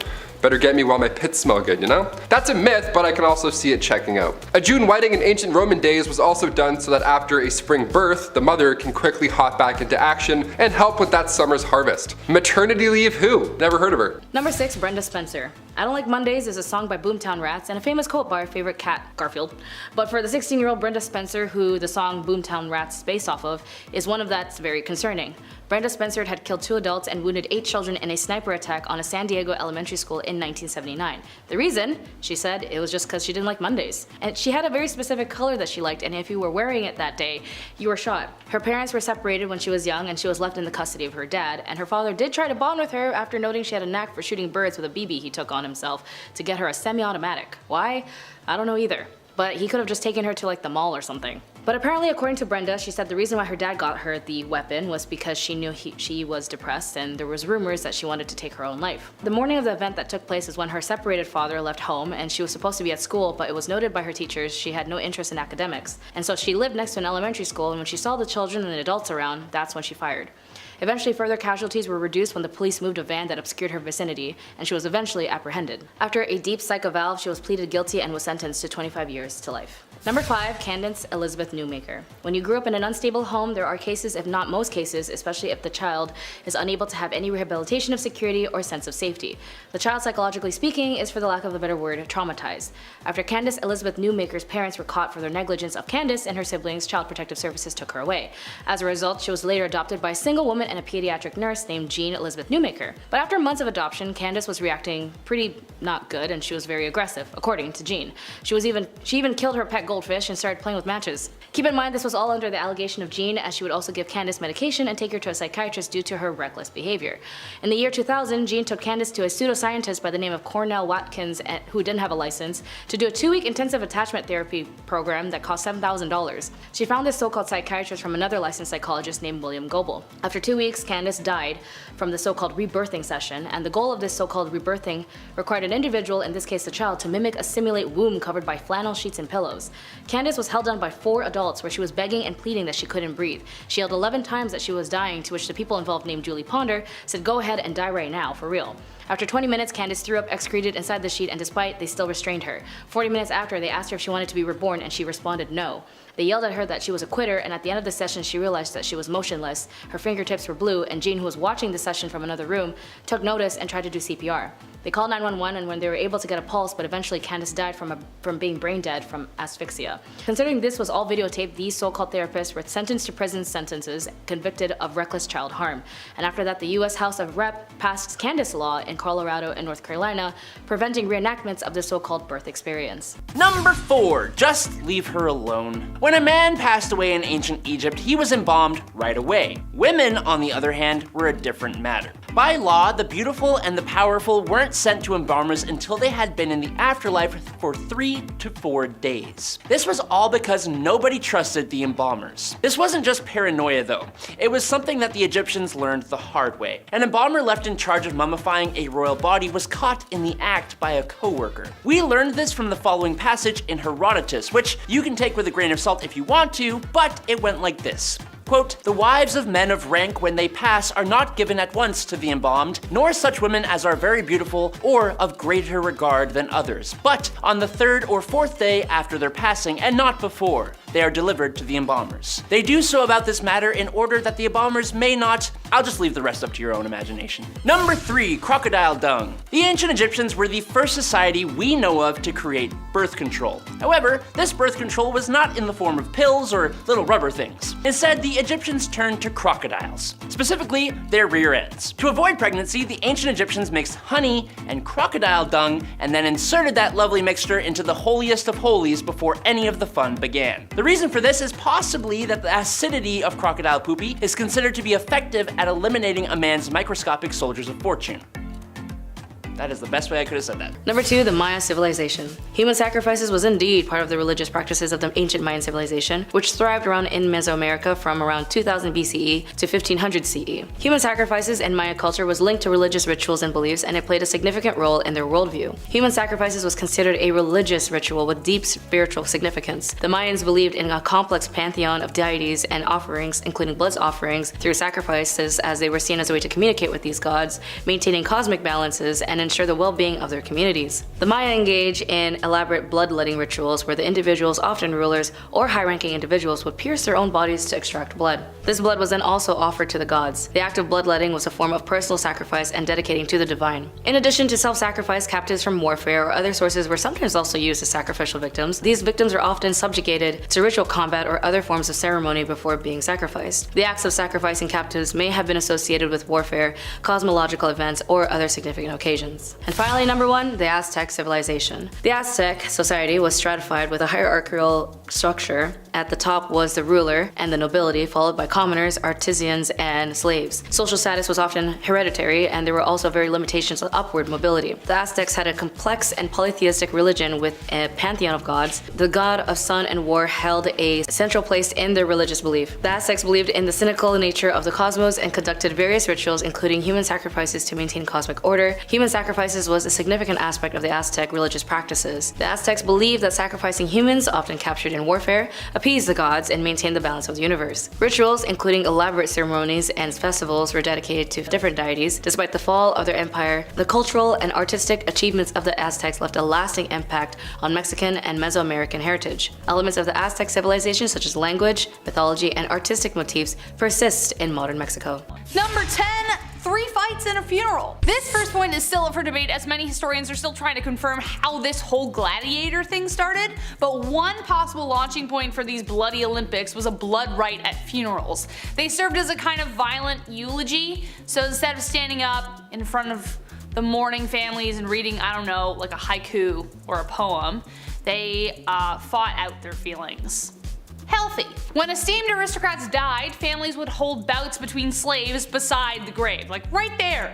Front row seat for the corpse. This was to demonstrate the virtues that were demonstrated by the dead in life. This presentation of blood in battle also could have stood in for human sacrifice. As you can guess, the tradition would gather quite the crowd and eventually evolved into the epic gladiator battles we know today. Julius Caesar, for instance, organized a massive gladiator fight between hundreds of warriors to honor the death of his father. By the end of the 1st century BC, the gladiator games were state-funded and much, much larger.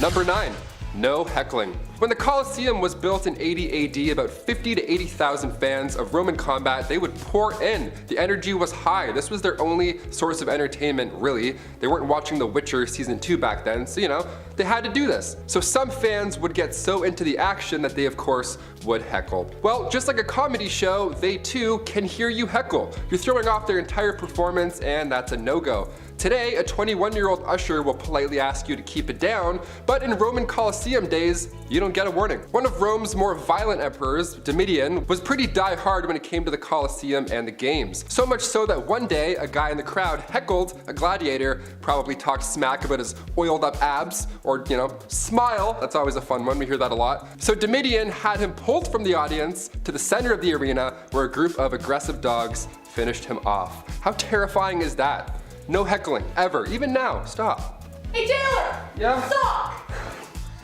Number 8.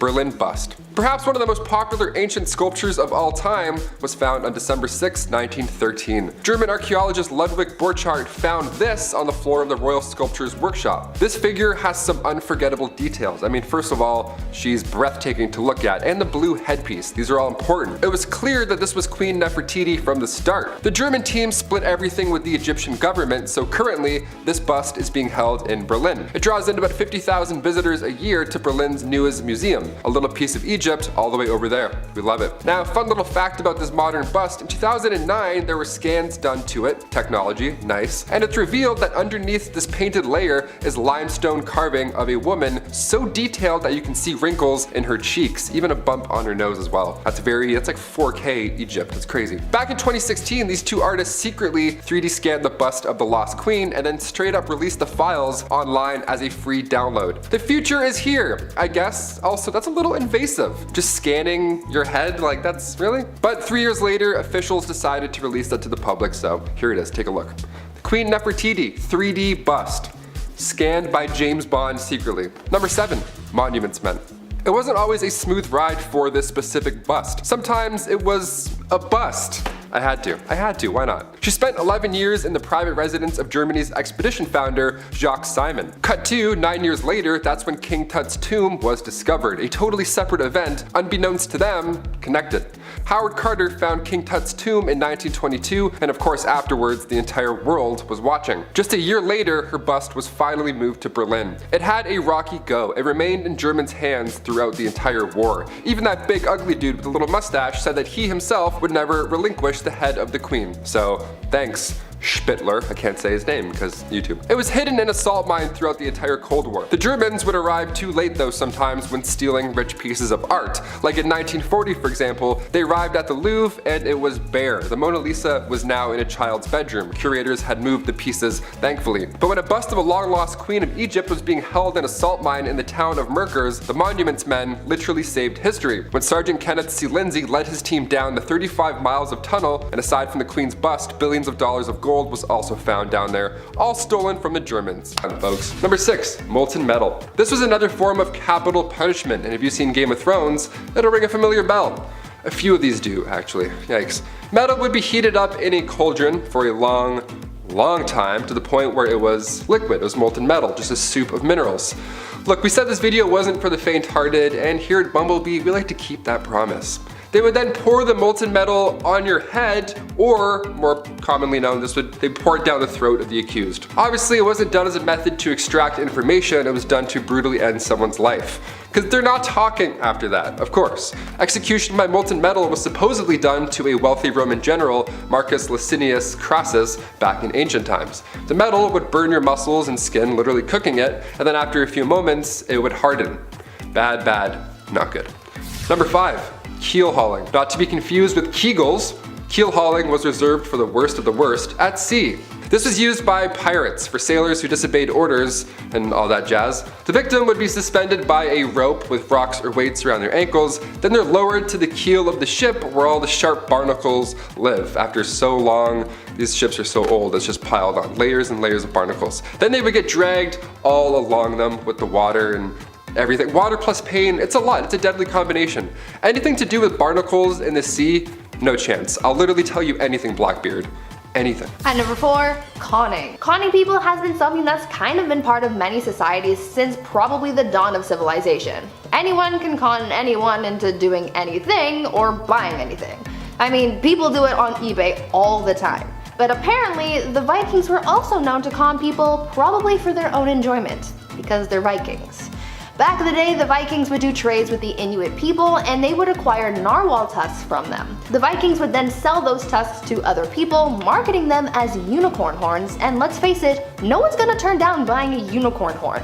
Because of the Vikings and their conning ways, by the Middle Ages, people not only believed that unicorns were actually real, but that they also had magical powers. So in a way, if you were obsessed with unicorns as a kid, you can thank the Vikings for that. At number 3, house bears. Humans seem to be pretty good at domesticating animals. We domesticated dogs by accident and now they're considered man's best friend. We domesticated livestock for food and other purposes. We domesticated horses to be our transportation and carry things. So we kind of know our way around animals and could probably make anything into our pet if we really wanted to. But the Vikings weren't just satisfied with dogs, horses, and livestock. They were the mighty Vikings and they needed mighty pets, and that's why they kept bears as their companions. Yes, bears. Now don't get me wrong, the Vikings also had normal pets like dogs and cats, and they would even sometimes bring them along on their expeditions, but they also really liked bears. It is said that when they weren't out laying siege to someone's town or sailing the seas, the Vikings would visit bear dens and take bear cubs home with them. They would then raise the cubs as house bears. But having a house bear was also a very big responsibility. You had to make sure that your bear was kept in check at all times, so that meant no eating people or livestock, no disturbing your neighbors, and if your bear did get into trouble, you would either get hit with a fine or be banned from having a house bear. So maybe it's best to stick with normal pets like dogs. Number 2, sailor's delight. Life on the sea was all but a sea breeze, and even today, you know how hard it is to take a shit on a boat? Whale watching's fun and games until your stomach decides it's had enough of the sea and wants to go home. While it's a rockin' and rollin' way of using the loo, how did sailors do it back in the day, before anything helpful? Was it easier being far away from the general public? Was it helpful that water was all around the place? Honestly, not really. That's when a tow rag comes into play. Yeah, anytime the word rag is used, you're not in for a good time. Near the head of the ship where the toilet was, this little indent or whatever the toilet, it wasn't a toilet, it was a hole, there was a single rope with a rag, and when it wasn't being used, or shared rather, the rag would be tossed over the side of the ship so it would just dangle in the water and wash away all day, which is fine, I think. I'm not really sure. The sharing is caring thing, I'm not on board for, pun intended. Do you fold, do you scrunch, or do you use barnacle rope? How do you do it, guys? Comment down below. Number 1, Q-tips. I love Q-tips a lot. I do 2 at the same time, and then I flip them, and then I do it again. Yeah, I get them twice. The first one for cleanliness, and the second one because it's for me, because I feel like it. Sue me. My eyes roll right back. It's the best. If COVID tests were done through your ear, I'd be getting tested twice a day just for fun. Q-tips, most of us know by now, weren't exactly made for cleaning your ears. As much as we only use them for that, Q-tips were invented in 1923 by a man named Leo Gergenzang after his wife stuck cotton balls to the end of a toothpick. Sounds a lot like she invented Q-tips, but sure, we'll roll with it. From 1923 to 1926, they were named Baby Gays, and then Q-tip Baby Gays, and then finally just Q-tips. Baby Ray's is like, too close. Sweet Baby Ray's is like way too close. Our sauce is not even close to that product. Back in those days, Q-tips were actually dipped in boric acid first before being shipped out. They were intended to sterilize wounds. After this, there was even Q soaps, Q oils, Q creams, Q cards, whatever, you name it. Anything that made you a QT. So what's this rumor that they're not supposed to be used in your ears? Like, sorry, what? What's that all about? Is that real? Well, in 2008, otologist Dennis Fitzgerald brought forward concerns about Q-tips and how they're really pushing earwax further into your ear canal, leading to possible infections. When Chesbrough Ponds bought the company in 1962, they added the warning on the box, a warning we all gladly will still ignore, like I said at the beginning. I take one look at my earbuds and I'm like, yeah, I need 4 Q-tips right away. I need Q-tips yesterday. At number 10, inventions. Leonardo da Vinci was quite the smarty pants. We all know him mostly for his paintings, however he was so much more than just a mere artiste. Da Vinci was famous for his designs and art, as well as cartography, geology, and other studies. What's most impressive about Da Vinci are his inventions because he drew or described a number of devices that wouldn't be fully realized until centuries later. Some of his inventions include an underwater diving suit, like a scuba suit, an armored tank, a calculator, the machine gun, a keyboard, construction crane, a robot, and a flying machine. We have all of these things today, but back in Da Vinci's time, these inventions were quite bold. Leonardo conceptualized the armored tank 400 years before this invention was actually realized and used in World War I. Many of Da Vinci's inventions went unpublished during his life, and his notes and inventions were just passed on and created without giving Da Vinci credit, but as we find more and more of Da Vinci's lost notes, we are seeing just how many things he was inventing and how he's shaped our world so significantly. I wonder what other things Leo invented that we don't know about. At number 9, his lovers. Not much is known about Leonardo da Vinci's personal life. We know that he was never married, but that doesn't mean that the artist didn't have a love life. It is believed that da Vinci had a couple of lovers throughout his life, but there's no solid proof, only speculation and theories. Though we may never know for certain what his sexuality was, there are theories that suggest that da Vinci was into men.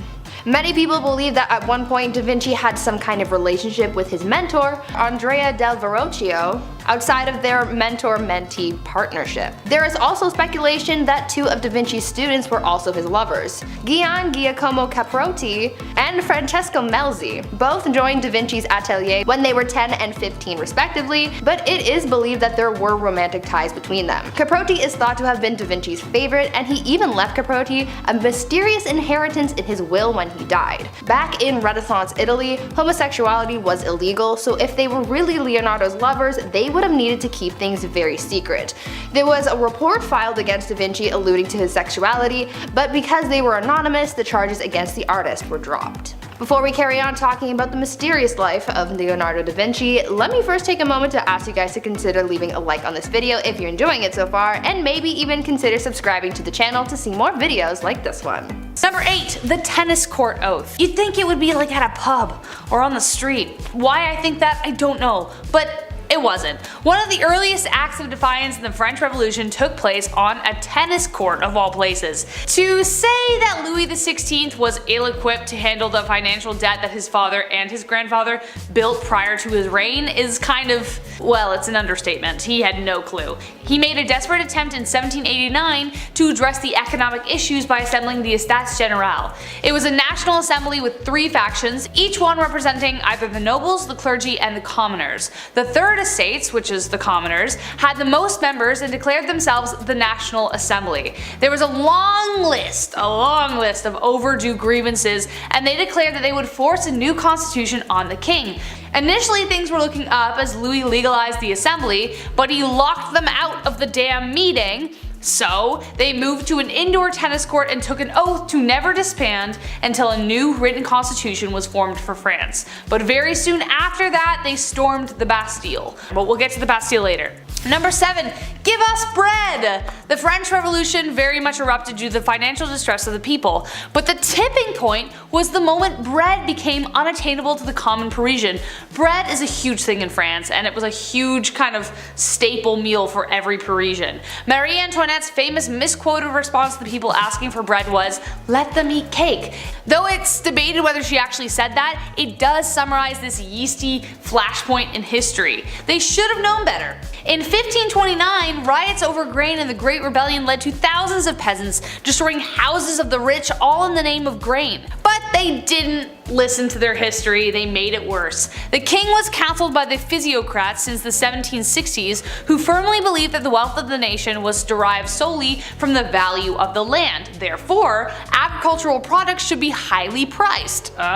So they tried to intermittently deregulate the domestic trade to introduce free trade, but needless to say, they failed so hard. They caused food shortages and skyrocketed prices, which erupted in the Flour War over 300 riots to pillage grain in 1775.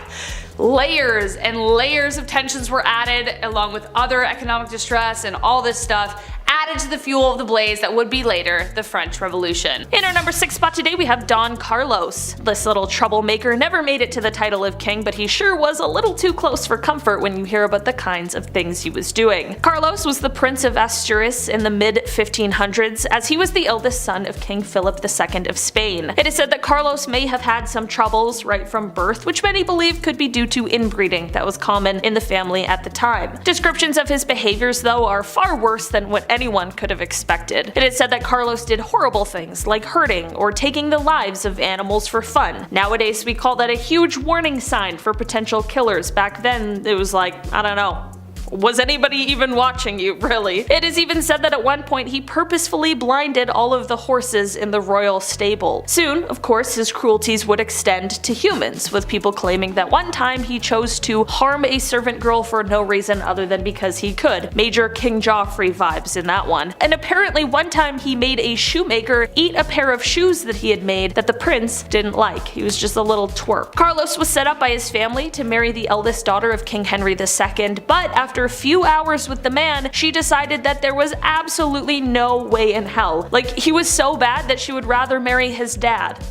Which she did in 1560. In the end, Carlos was found to be plotting to take out his own father, which landed him in prison in solitary confinement, where he passed away 6 months later. In our number 5 spot today we have Prince John. It is said that this may be one of the darkest secrets of the British royal family. Prince John would have been the uncle of Queen Elizabeth II, but he passed before she was born. Prince John was the 6th child of King George V and Queen Mary, and it is said that he suffered from seizures, likely as a result of epilepsy, although it's hard to diagnose for certain because of all of the secrecies surrounding him and his illness. From the age of 4, when he had his first seizure, until his untimely and very early death, Prince John lived in a separate estate where he was cared for by a governess. Many people have since criticized the royal family, calling their treatment of Prince John as callous or inhumane, like they were hiding him away for being ill. Of course, the palace was concerned with the monarchy's public image, and there was a belief at the time that royals shouldn't have any physical or mental ailments, although that is of course impossible. They also didn't include him in public events, which could have been another image thing, and also perhaps because of a worry that he might have a seizure at one of these events. At the end of the day, it was definitely a different time, but the idea of excluding him because he was ill truly is a really sad thought. Number 4. Broken Arrow. The Cold War wasn't exactly cold, as nuclear weapons had the potential to make it hot. Too hot. So here's something to make everyone lose a little more sleep at night, because I know everyone at home is stress free right now and gets a full 8 hours of sleep. Tonight when you lay your wee head to rest and count sheep, I want you to think about Broken Arrow. No, not actually a broken arrow, but the Broken Arrow incident, or incidents, which, if you didn't know, is the code phrase for a nuclear device gun, MIA. For example, on July 28th, a US aircraft from Dover Air Force Base, Delaware, was carrying 3 nuclear bombs over the Atlantic Ocean. The plane experienced a loss of power, and the crew jettisoned 2 nuclear bombs into the ocean. And they have never been recovered. Wow, that's great. There were at least another dozen Broken Arrow incidents from the 1950s until the end of the Cold War. Now, as bad as that sounds, I mean, it's pretty bad. These are our nukes we're talking about. At least America's lost bombs were recorded. Nobody really knows how many bombs the Soviet Union lost during the Cold War. Gee, now I feel real swell and safe. Number 3. Ik ben een Berliner. This may be old news to those of our older audience, but news to younger. And honestly, it's crazy that it even happened in the first place. So World War II ends, right? And the Allies are all super good friends, right? Wrong! Berlin basically gets split into 2, capitalist West and communist East. So the Cold War kicks off, a very strong disagreement on what political and economical structure is better. As it turns out, life was just better on the West. People in the East just didn't have access to certain things the West did. So people started bailing ship. I don't blame them. So much so that a wall was built dividing the 2. This may not sound like much, but it was huge. The Berlin Wall divided families, business, and put on the full display of failure that communism was. As JFK said, democracy is not perfect, but we've never had to put a wall up to keep our people in. And honestly, the guy's right. That's just kind of... At number 2, dirty insults. What is your favorite insult? Don't be shy, you can tell me, this is a safe space. I guess I have a number of favorites, but one that I quite enjoy is saying that someone's mother is a horker, like in Skyrim. Back in the times of ancient Egypt, however, insults often included some kind of note. If they needed to hurl an insult at someone, they might say something like, quote, "May you copulate with a donkey," or "May a donkey copulate with your wife." People would also combine some kind of note with pointing out someone's flaws to create an insult. In a note found from one of the people who built one of the Great Pyramids, they insulted one of their co-builders by saying, quote, "You are not a man because you cannot get your wives pregnant like your fellow men." Like, damn. That's pretty cold, dude. And finally, at number 1, the magic pee-pee. Now, I had to save this next fact for our number 1 spot because it's probably one of the most bizarre things that I've ever learned about ancient Egypt. The Egyptian god Min was the male fertility god, and let's just say that he was quite unique. He was known for his bold feathered headdress and the fact that his loincloth snake was always being charmed, if you get what I'm saying. Men suffering from impotence would make offerings to him to help them with their fertility problems. Even to this day, figures of the god Min are used in magic rites. Men and women still visit the ancient temples to find figures of the god and literally rub his to overcome their problems. Sounds strange, but apparently so many people have done it that the stone that it's carved into has become worn down or darkened from how many hands have touched it. Now I can only imagine what this god's body count was. Number 10. No calling, no gifts. This is a time in history when men were told to be gentlemen and women told to be ladies. Naturally, that came with some weird social practices. For instance, women were discouraged from accepting gifts from men. Personally, I like to give my girlfriend flowers and chocolate. I'm a classic guy, what can I say? Can't go wrong with that.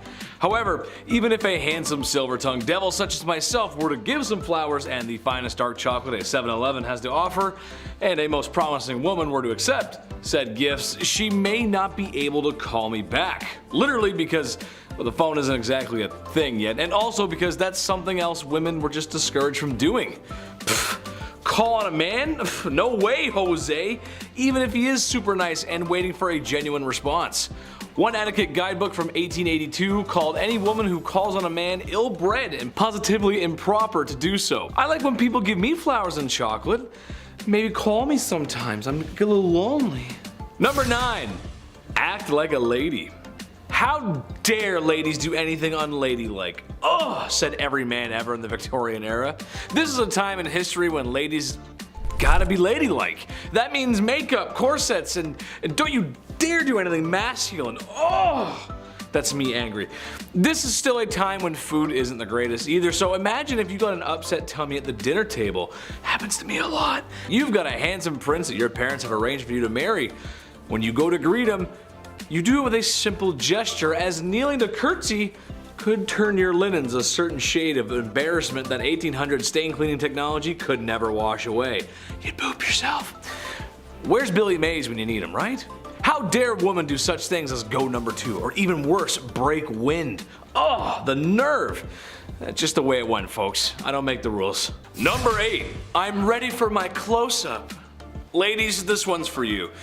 In this day and age with social media, loving your self-image can be tough. There's tons of things that makeup companies and media do to make you want to be the people they want you to be. If you buy said product, of course. Well, I'm here to tell you that you don't need all that. You're gorgeous just the way you are, and lately, honey, you've been slaying it. However, this marketing manipulation isn't new, and in the past, most certainly wasn't very subtle. Introducing the Beauty Micrometer, the latest from How to Horrify People Daily. It was actually invented by the famed beautician Max Factor Sr. Hell of a name. This steel cagey device was placed over a poor woman's head, to then mathematically calculate the flaws that would be adjusted using makeup products. Obviously, these are no longer around, and for good reason. I don't even have a joke for that one, that's just weird. Number 7. Back to the Future. During the technological boom of electronics in the 1980s, there was one invention I think is really unusual. Computers, camcorders, and even home video game consoles were becoming commonplace all over the world. People who are familiar with retro Nintendo consoles are familiar with the likes of Super Mario Bros., The Legend of Zelda, or Contra. You may even remember a certain gaming accessory involving a laughing dog every time you miss a duck. What 80s kids might not remember is the Konami Laser Scope. Similar to Nintendo's Zapper, but with 2 key differences. 1, it's a headset instead of a pistol. 2, it's voice controlled, meaning when you come across enemies in game, you have to shout fire to fire in game. The Konami Laser Scope was bold and tried to be ahead of its time, but when taking a good look at it, 1, it makes the user just look ridiculous, and 2, it doesn't work. Reviews for the headset are not favorable and just defeat the purpose of using a headset. Today we have VR headsets that may seem just as ridiculous, but they work, and the use of voice still isn't a primary control used in games today. Number 6, nosy neighbor. If you were a man back in the Middle Ages and you had an affair, well, you would have to pay a fine.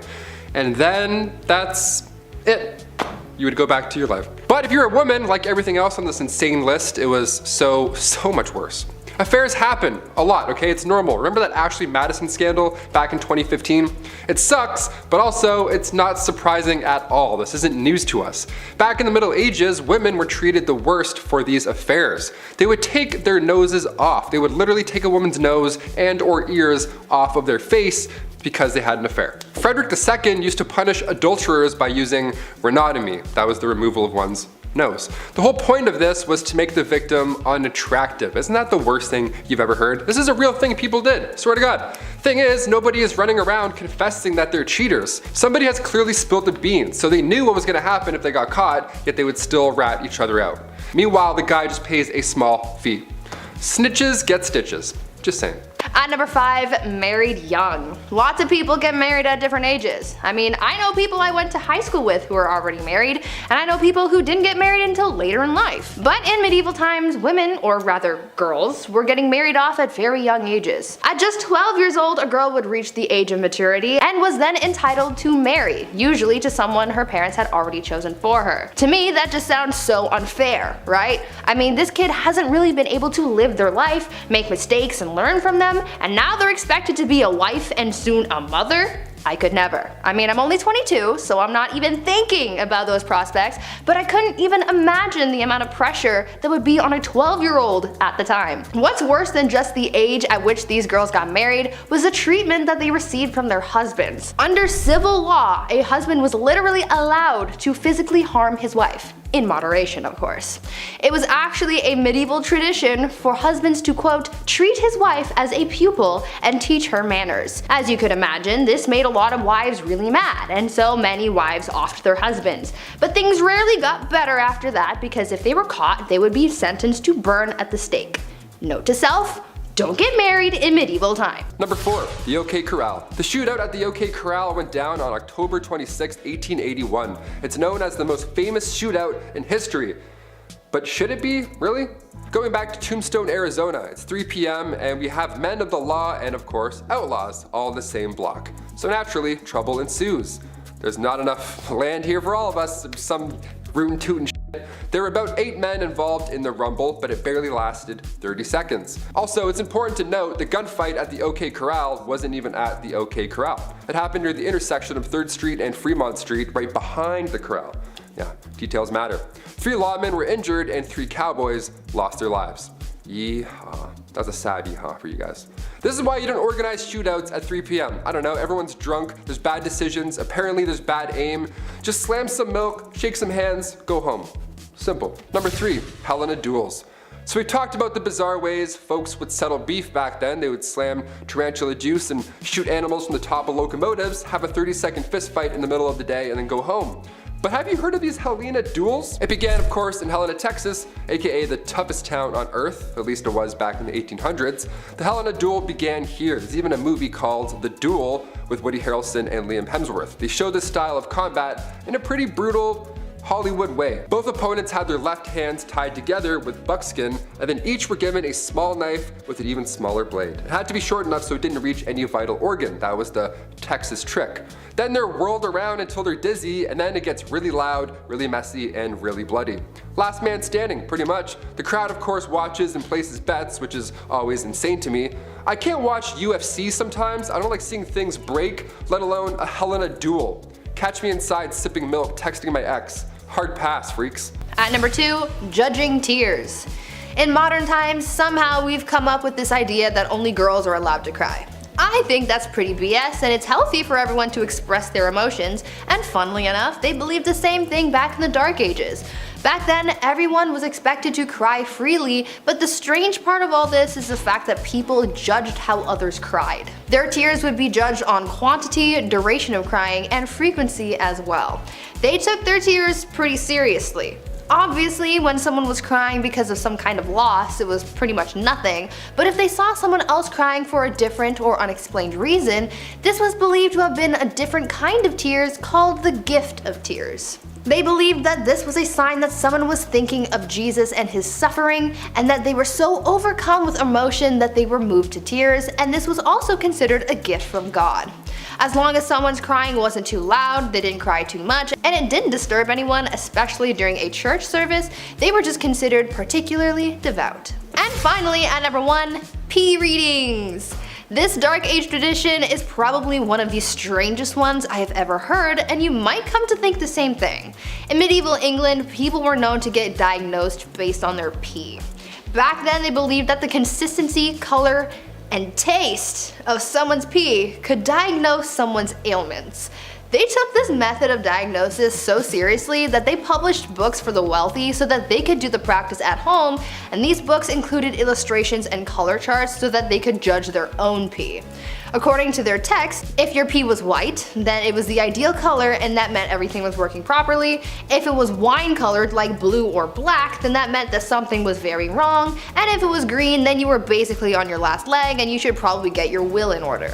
Now, I'm not sure how accurate these readings actually were since medicine was basically non-existent back then, but they tried their best with what they had, I guess. However, I'm pretty sure you don't need a book to tell you that your wine-colored pee is a bad thing. At number 10, veil. Through this video, you will come to find out that a lot of the wedding traditions that we practice these days have some pretty messed up origins. We'll get through a lot of them throughout this list, but let's start off by talking about the bride's veil. These days, a lot of brides choose to wear a veil on their wedding day. With so many different styles to choose from, this accessory is known to add that extra little pizzazz, little spice to the look. But throughout history, veils were used for different things, some of them being a tad bit messed up. Just a smidge. The rather obvious reason for brides to wear a veil back in the day had to do with religion and staying modest. But this hasn't been the only reason for veils. In ancient Rome, brides wore veils because it was believed to be effective at warding off evil spirits. The most messed up reason for the veil though, at least in my opinion anyway, has to do with the wedding transaction, so to speak. Since back in the olden days, marrying your daughter off was seen as more of a transaction, brides would wear veils to cover their faces and they wouldn't be lifted until after they were proclaimed husband and wife, so that the groom wouldn't be able to back out if he didn't like how his bride looked. Seems pretty messed up to me, but what are your thoughts on it? Tell us down in the comments. Number 9, when doves cry. I've been to one wedding where they released doves, like actual real life doves, and I was like, do they actually do this? I couldn't believe my eyes. I didn't know it was a real thing. Why do we do this? Well, because doves mate for life, and they build a nest, and then they Netflix and chill until the end of their dove days. Sounds like perfect symbolism if I've ever heard it. Back in ancient Roman and Greek times, doves were often used as gifts from the bride to the groom.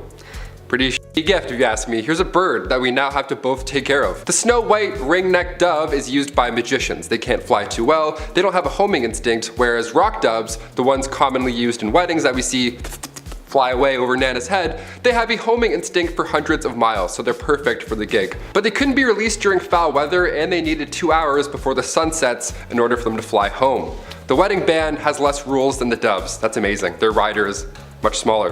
If you were to catch one of these doves at a wedding, you were also allowed to keep it back in the day. Also, great hands. I don't know who's catching birds or why they want to keep it and put it in their pocket, but you do you. Number 8, James Patterson Smith. When it comes to toxic relationships, this is an important note that there are sources out there when you don't know if you are in one, and as well as another note, if you feel like the person has to hurt you to love you, I'm going to tell you right now that is not what that is. Find people who care about you, and if it got physical, just call authorities. In the case of Kelly Ann Bates, she was unfortunately groomed by James Patterson Smith when she was just 14 years old. She was babysitting for friends, and Smith had an odd impact on Kelly, but what's more odd was that he was 45 years old. A 45-year-old man was hitting on a 14-year-old. And when Kelly tried to introduce him to her mom, she was livid, and she said, "Kelly, this man is bad and not a good man," and hair would actually rise at the back of her mom's neck. She was right. After 4 weeks straight, Kelly would be tormented, harmed, attacked, and be left with injuries so extensive that when they found her drowned body in the bathtub, authorities knew it was something they just haven't seen before, especially how her eyes were gouged out. Prosecutors noted that the trial had, in quote, "It was like Smith was trying to deliberately disfigure her, causing her the utmost pain, distress, and degradation." The injuries were not the result of sudden eruption of violence, but a torment that caused over time. They eventually noted that Smith was delusional and had a distorted reality with paranoia and morbid jealousy. It only took the jury only 1 hour to sentence the man to life. Number 7, Basil Zaharoff. When it comes to a good salesman, from what I've been told from friends who used to do door-to-door or did retail and the require of commissions, they always tell me that it's about human connection. And as for Basil Zaharoff, he was viewed as a master of bribery and corruption. Considered as the mystery man of Europe, you're looking at the most important people of the time when it comes to influencing the political scene in Europe with his arms deals. On both sides, he would actually sell weapons where he'd be dubbed Merchant of Death. He didn't care which side he was selling to, just as long as he was selling. After all, considering the current times, war is a business. Not even at the expense of civilians or human life as a whole. To men like Basil, they only care about money. Even today, despite his transactions, they remain a mystery as he took up 2 days burning as much evidence as possible. After the First World War, he wanted more money and focused on the conflicts in Greece, where he single-handedly convinced both parties between Venizelos and King Constantine to use his weapons against each other. He was basically playing Sims, but in real life. In the end, his life was shaped by seizing opportunity wherever he could find it, and through his self-serving businesses dealings, he helped shape the power dynamics of Europe and thus played an instrument part in the history of the continent. Number 6, sandwich paper. Okay, so this moment isn't actually from ancient Egypt, but it has to do with ancient Egypt, and it is pretty disturbing. There was a time in the early 1900s when anything involving ancient Egypt was considered a fad. Mummies were imported to Europe to be unwrapped at parties, and many mummies were illegally smuggled out of ancient Egypt. The truth is, there were a lot of mummies around, and no one really felt much respect for them. Even at the time, very little proper historical significance was attributed to them. For this reason, getting hold of mummy bandages was not only cheap, but in some cases, cheaper than paper. An enterprising businessman in the United States decided that he could save some money making wrapping paper for food, and imported some old brown mummy paper to do the trick. Unfortunately for him, his plan failed when people started catching cholera, and the use of mummy paper to wrap food was promptly abandoned when it shouldn't have even started in the first place. Number 5, forced confession.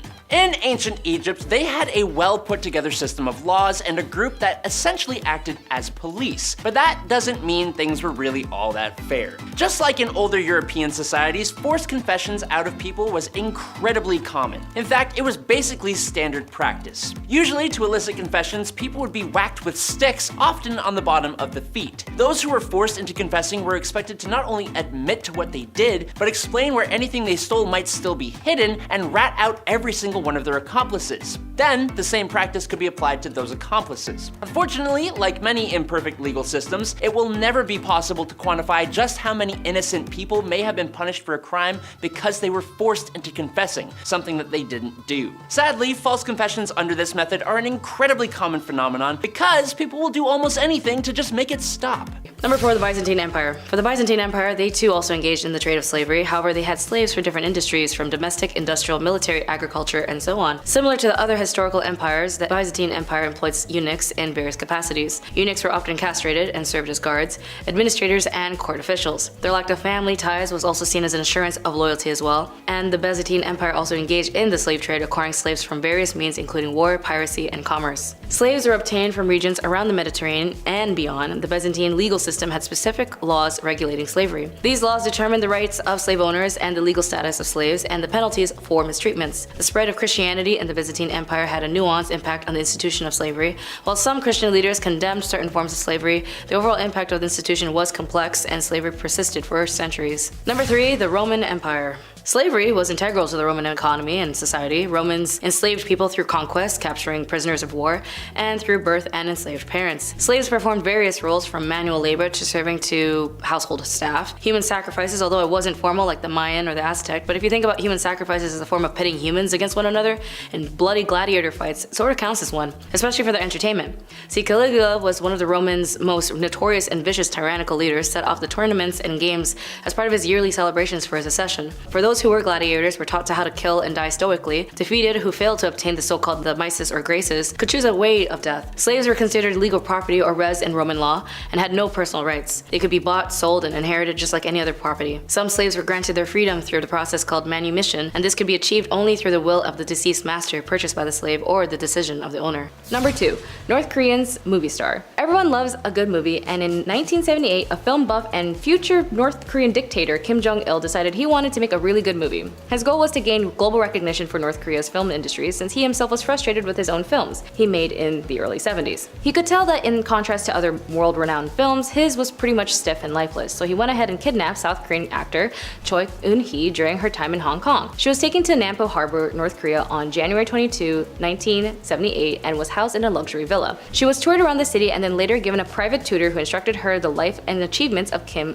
Il-sung. Kim Il-sung took her to the movies, operas, musicals, and parties, as well as asked her on her opinions on various films and respected her perspective. She had no idea, however, that she was also used as bait for her ex-husband, director Shin Sang-ok, 5 years later after her capture. When she disappeared, Shin Sang-ok began looking for her in Hong Kong when he was also kidnapped. Not initially aware of the situation, he was finally reunited with his ex-wife at a party Kim Jong-il hosted. He kept him in North Korea for 8 years, forcing them to make movies, including his own version of Godzilla, Polgasari. The pair would finally be able to escape in 1986 during a press conference in Vienna under the protection of the US Embassy. Following their escape, Shin lived in the US working in the film industry before returning home to South Korea. North Korea denies any part of the kidnap and claims the two openly and willingly defected to North Korea on their own. Number 1. Major Henry Rathbone. A bit of a somber note, but the day that President Lincoln was assassinated, it shook the United States as much as it is traumatized those who were with him. See, the president attended the play Our American Cousin with 2 other patrons, Major Henry Rathbone and his fiancée Clara Harris. After Booth fired the shot, Rathbone tried to tackle him to the ground, but Booth was able to get free after slicing Rathbone in the arm with a dagger. Rathbone was never be able to let himself down of the events that occurred that evening, so much so that the memory and guilt overwhelmed him and feeling like he was personally responsible for letting Booth get away. In the years to come, he experienced a myriad of health issues from stomach ailments to heart palpitations. The stress was so extreme to the point where his mental health and mental state deteriorated. Sadly, on December 23, 1883, roughly 18 years after the assassination, he attacked and killed his now wife, Clara, and attempted to do the same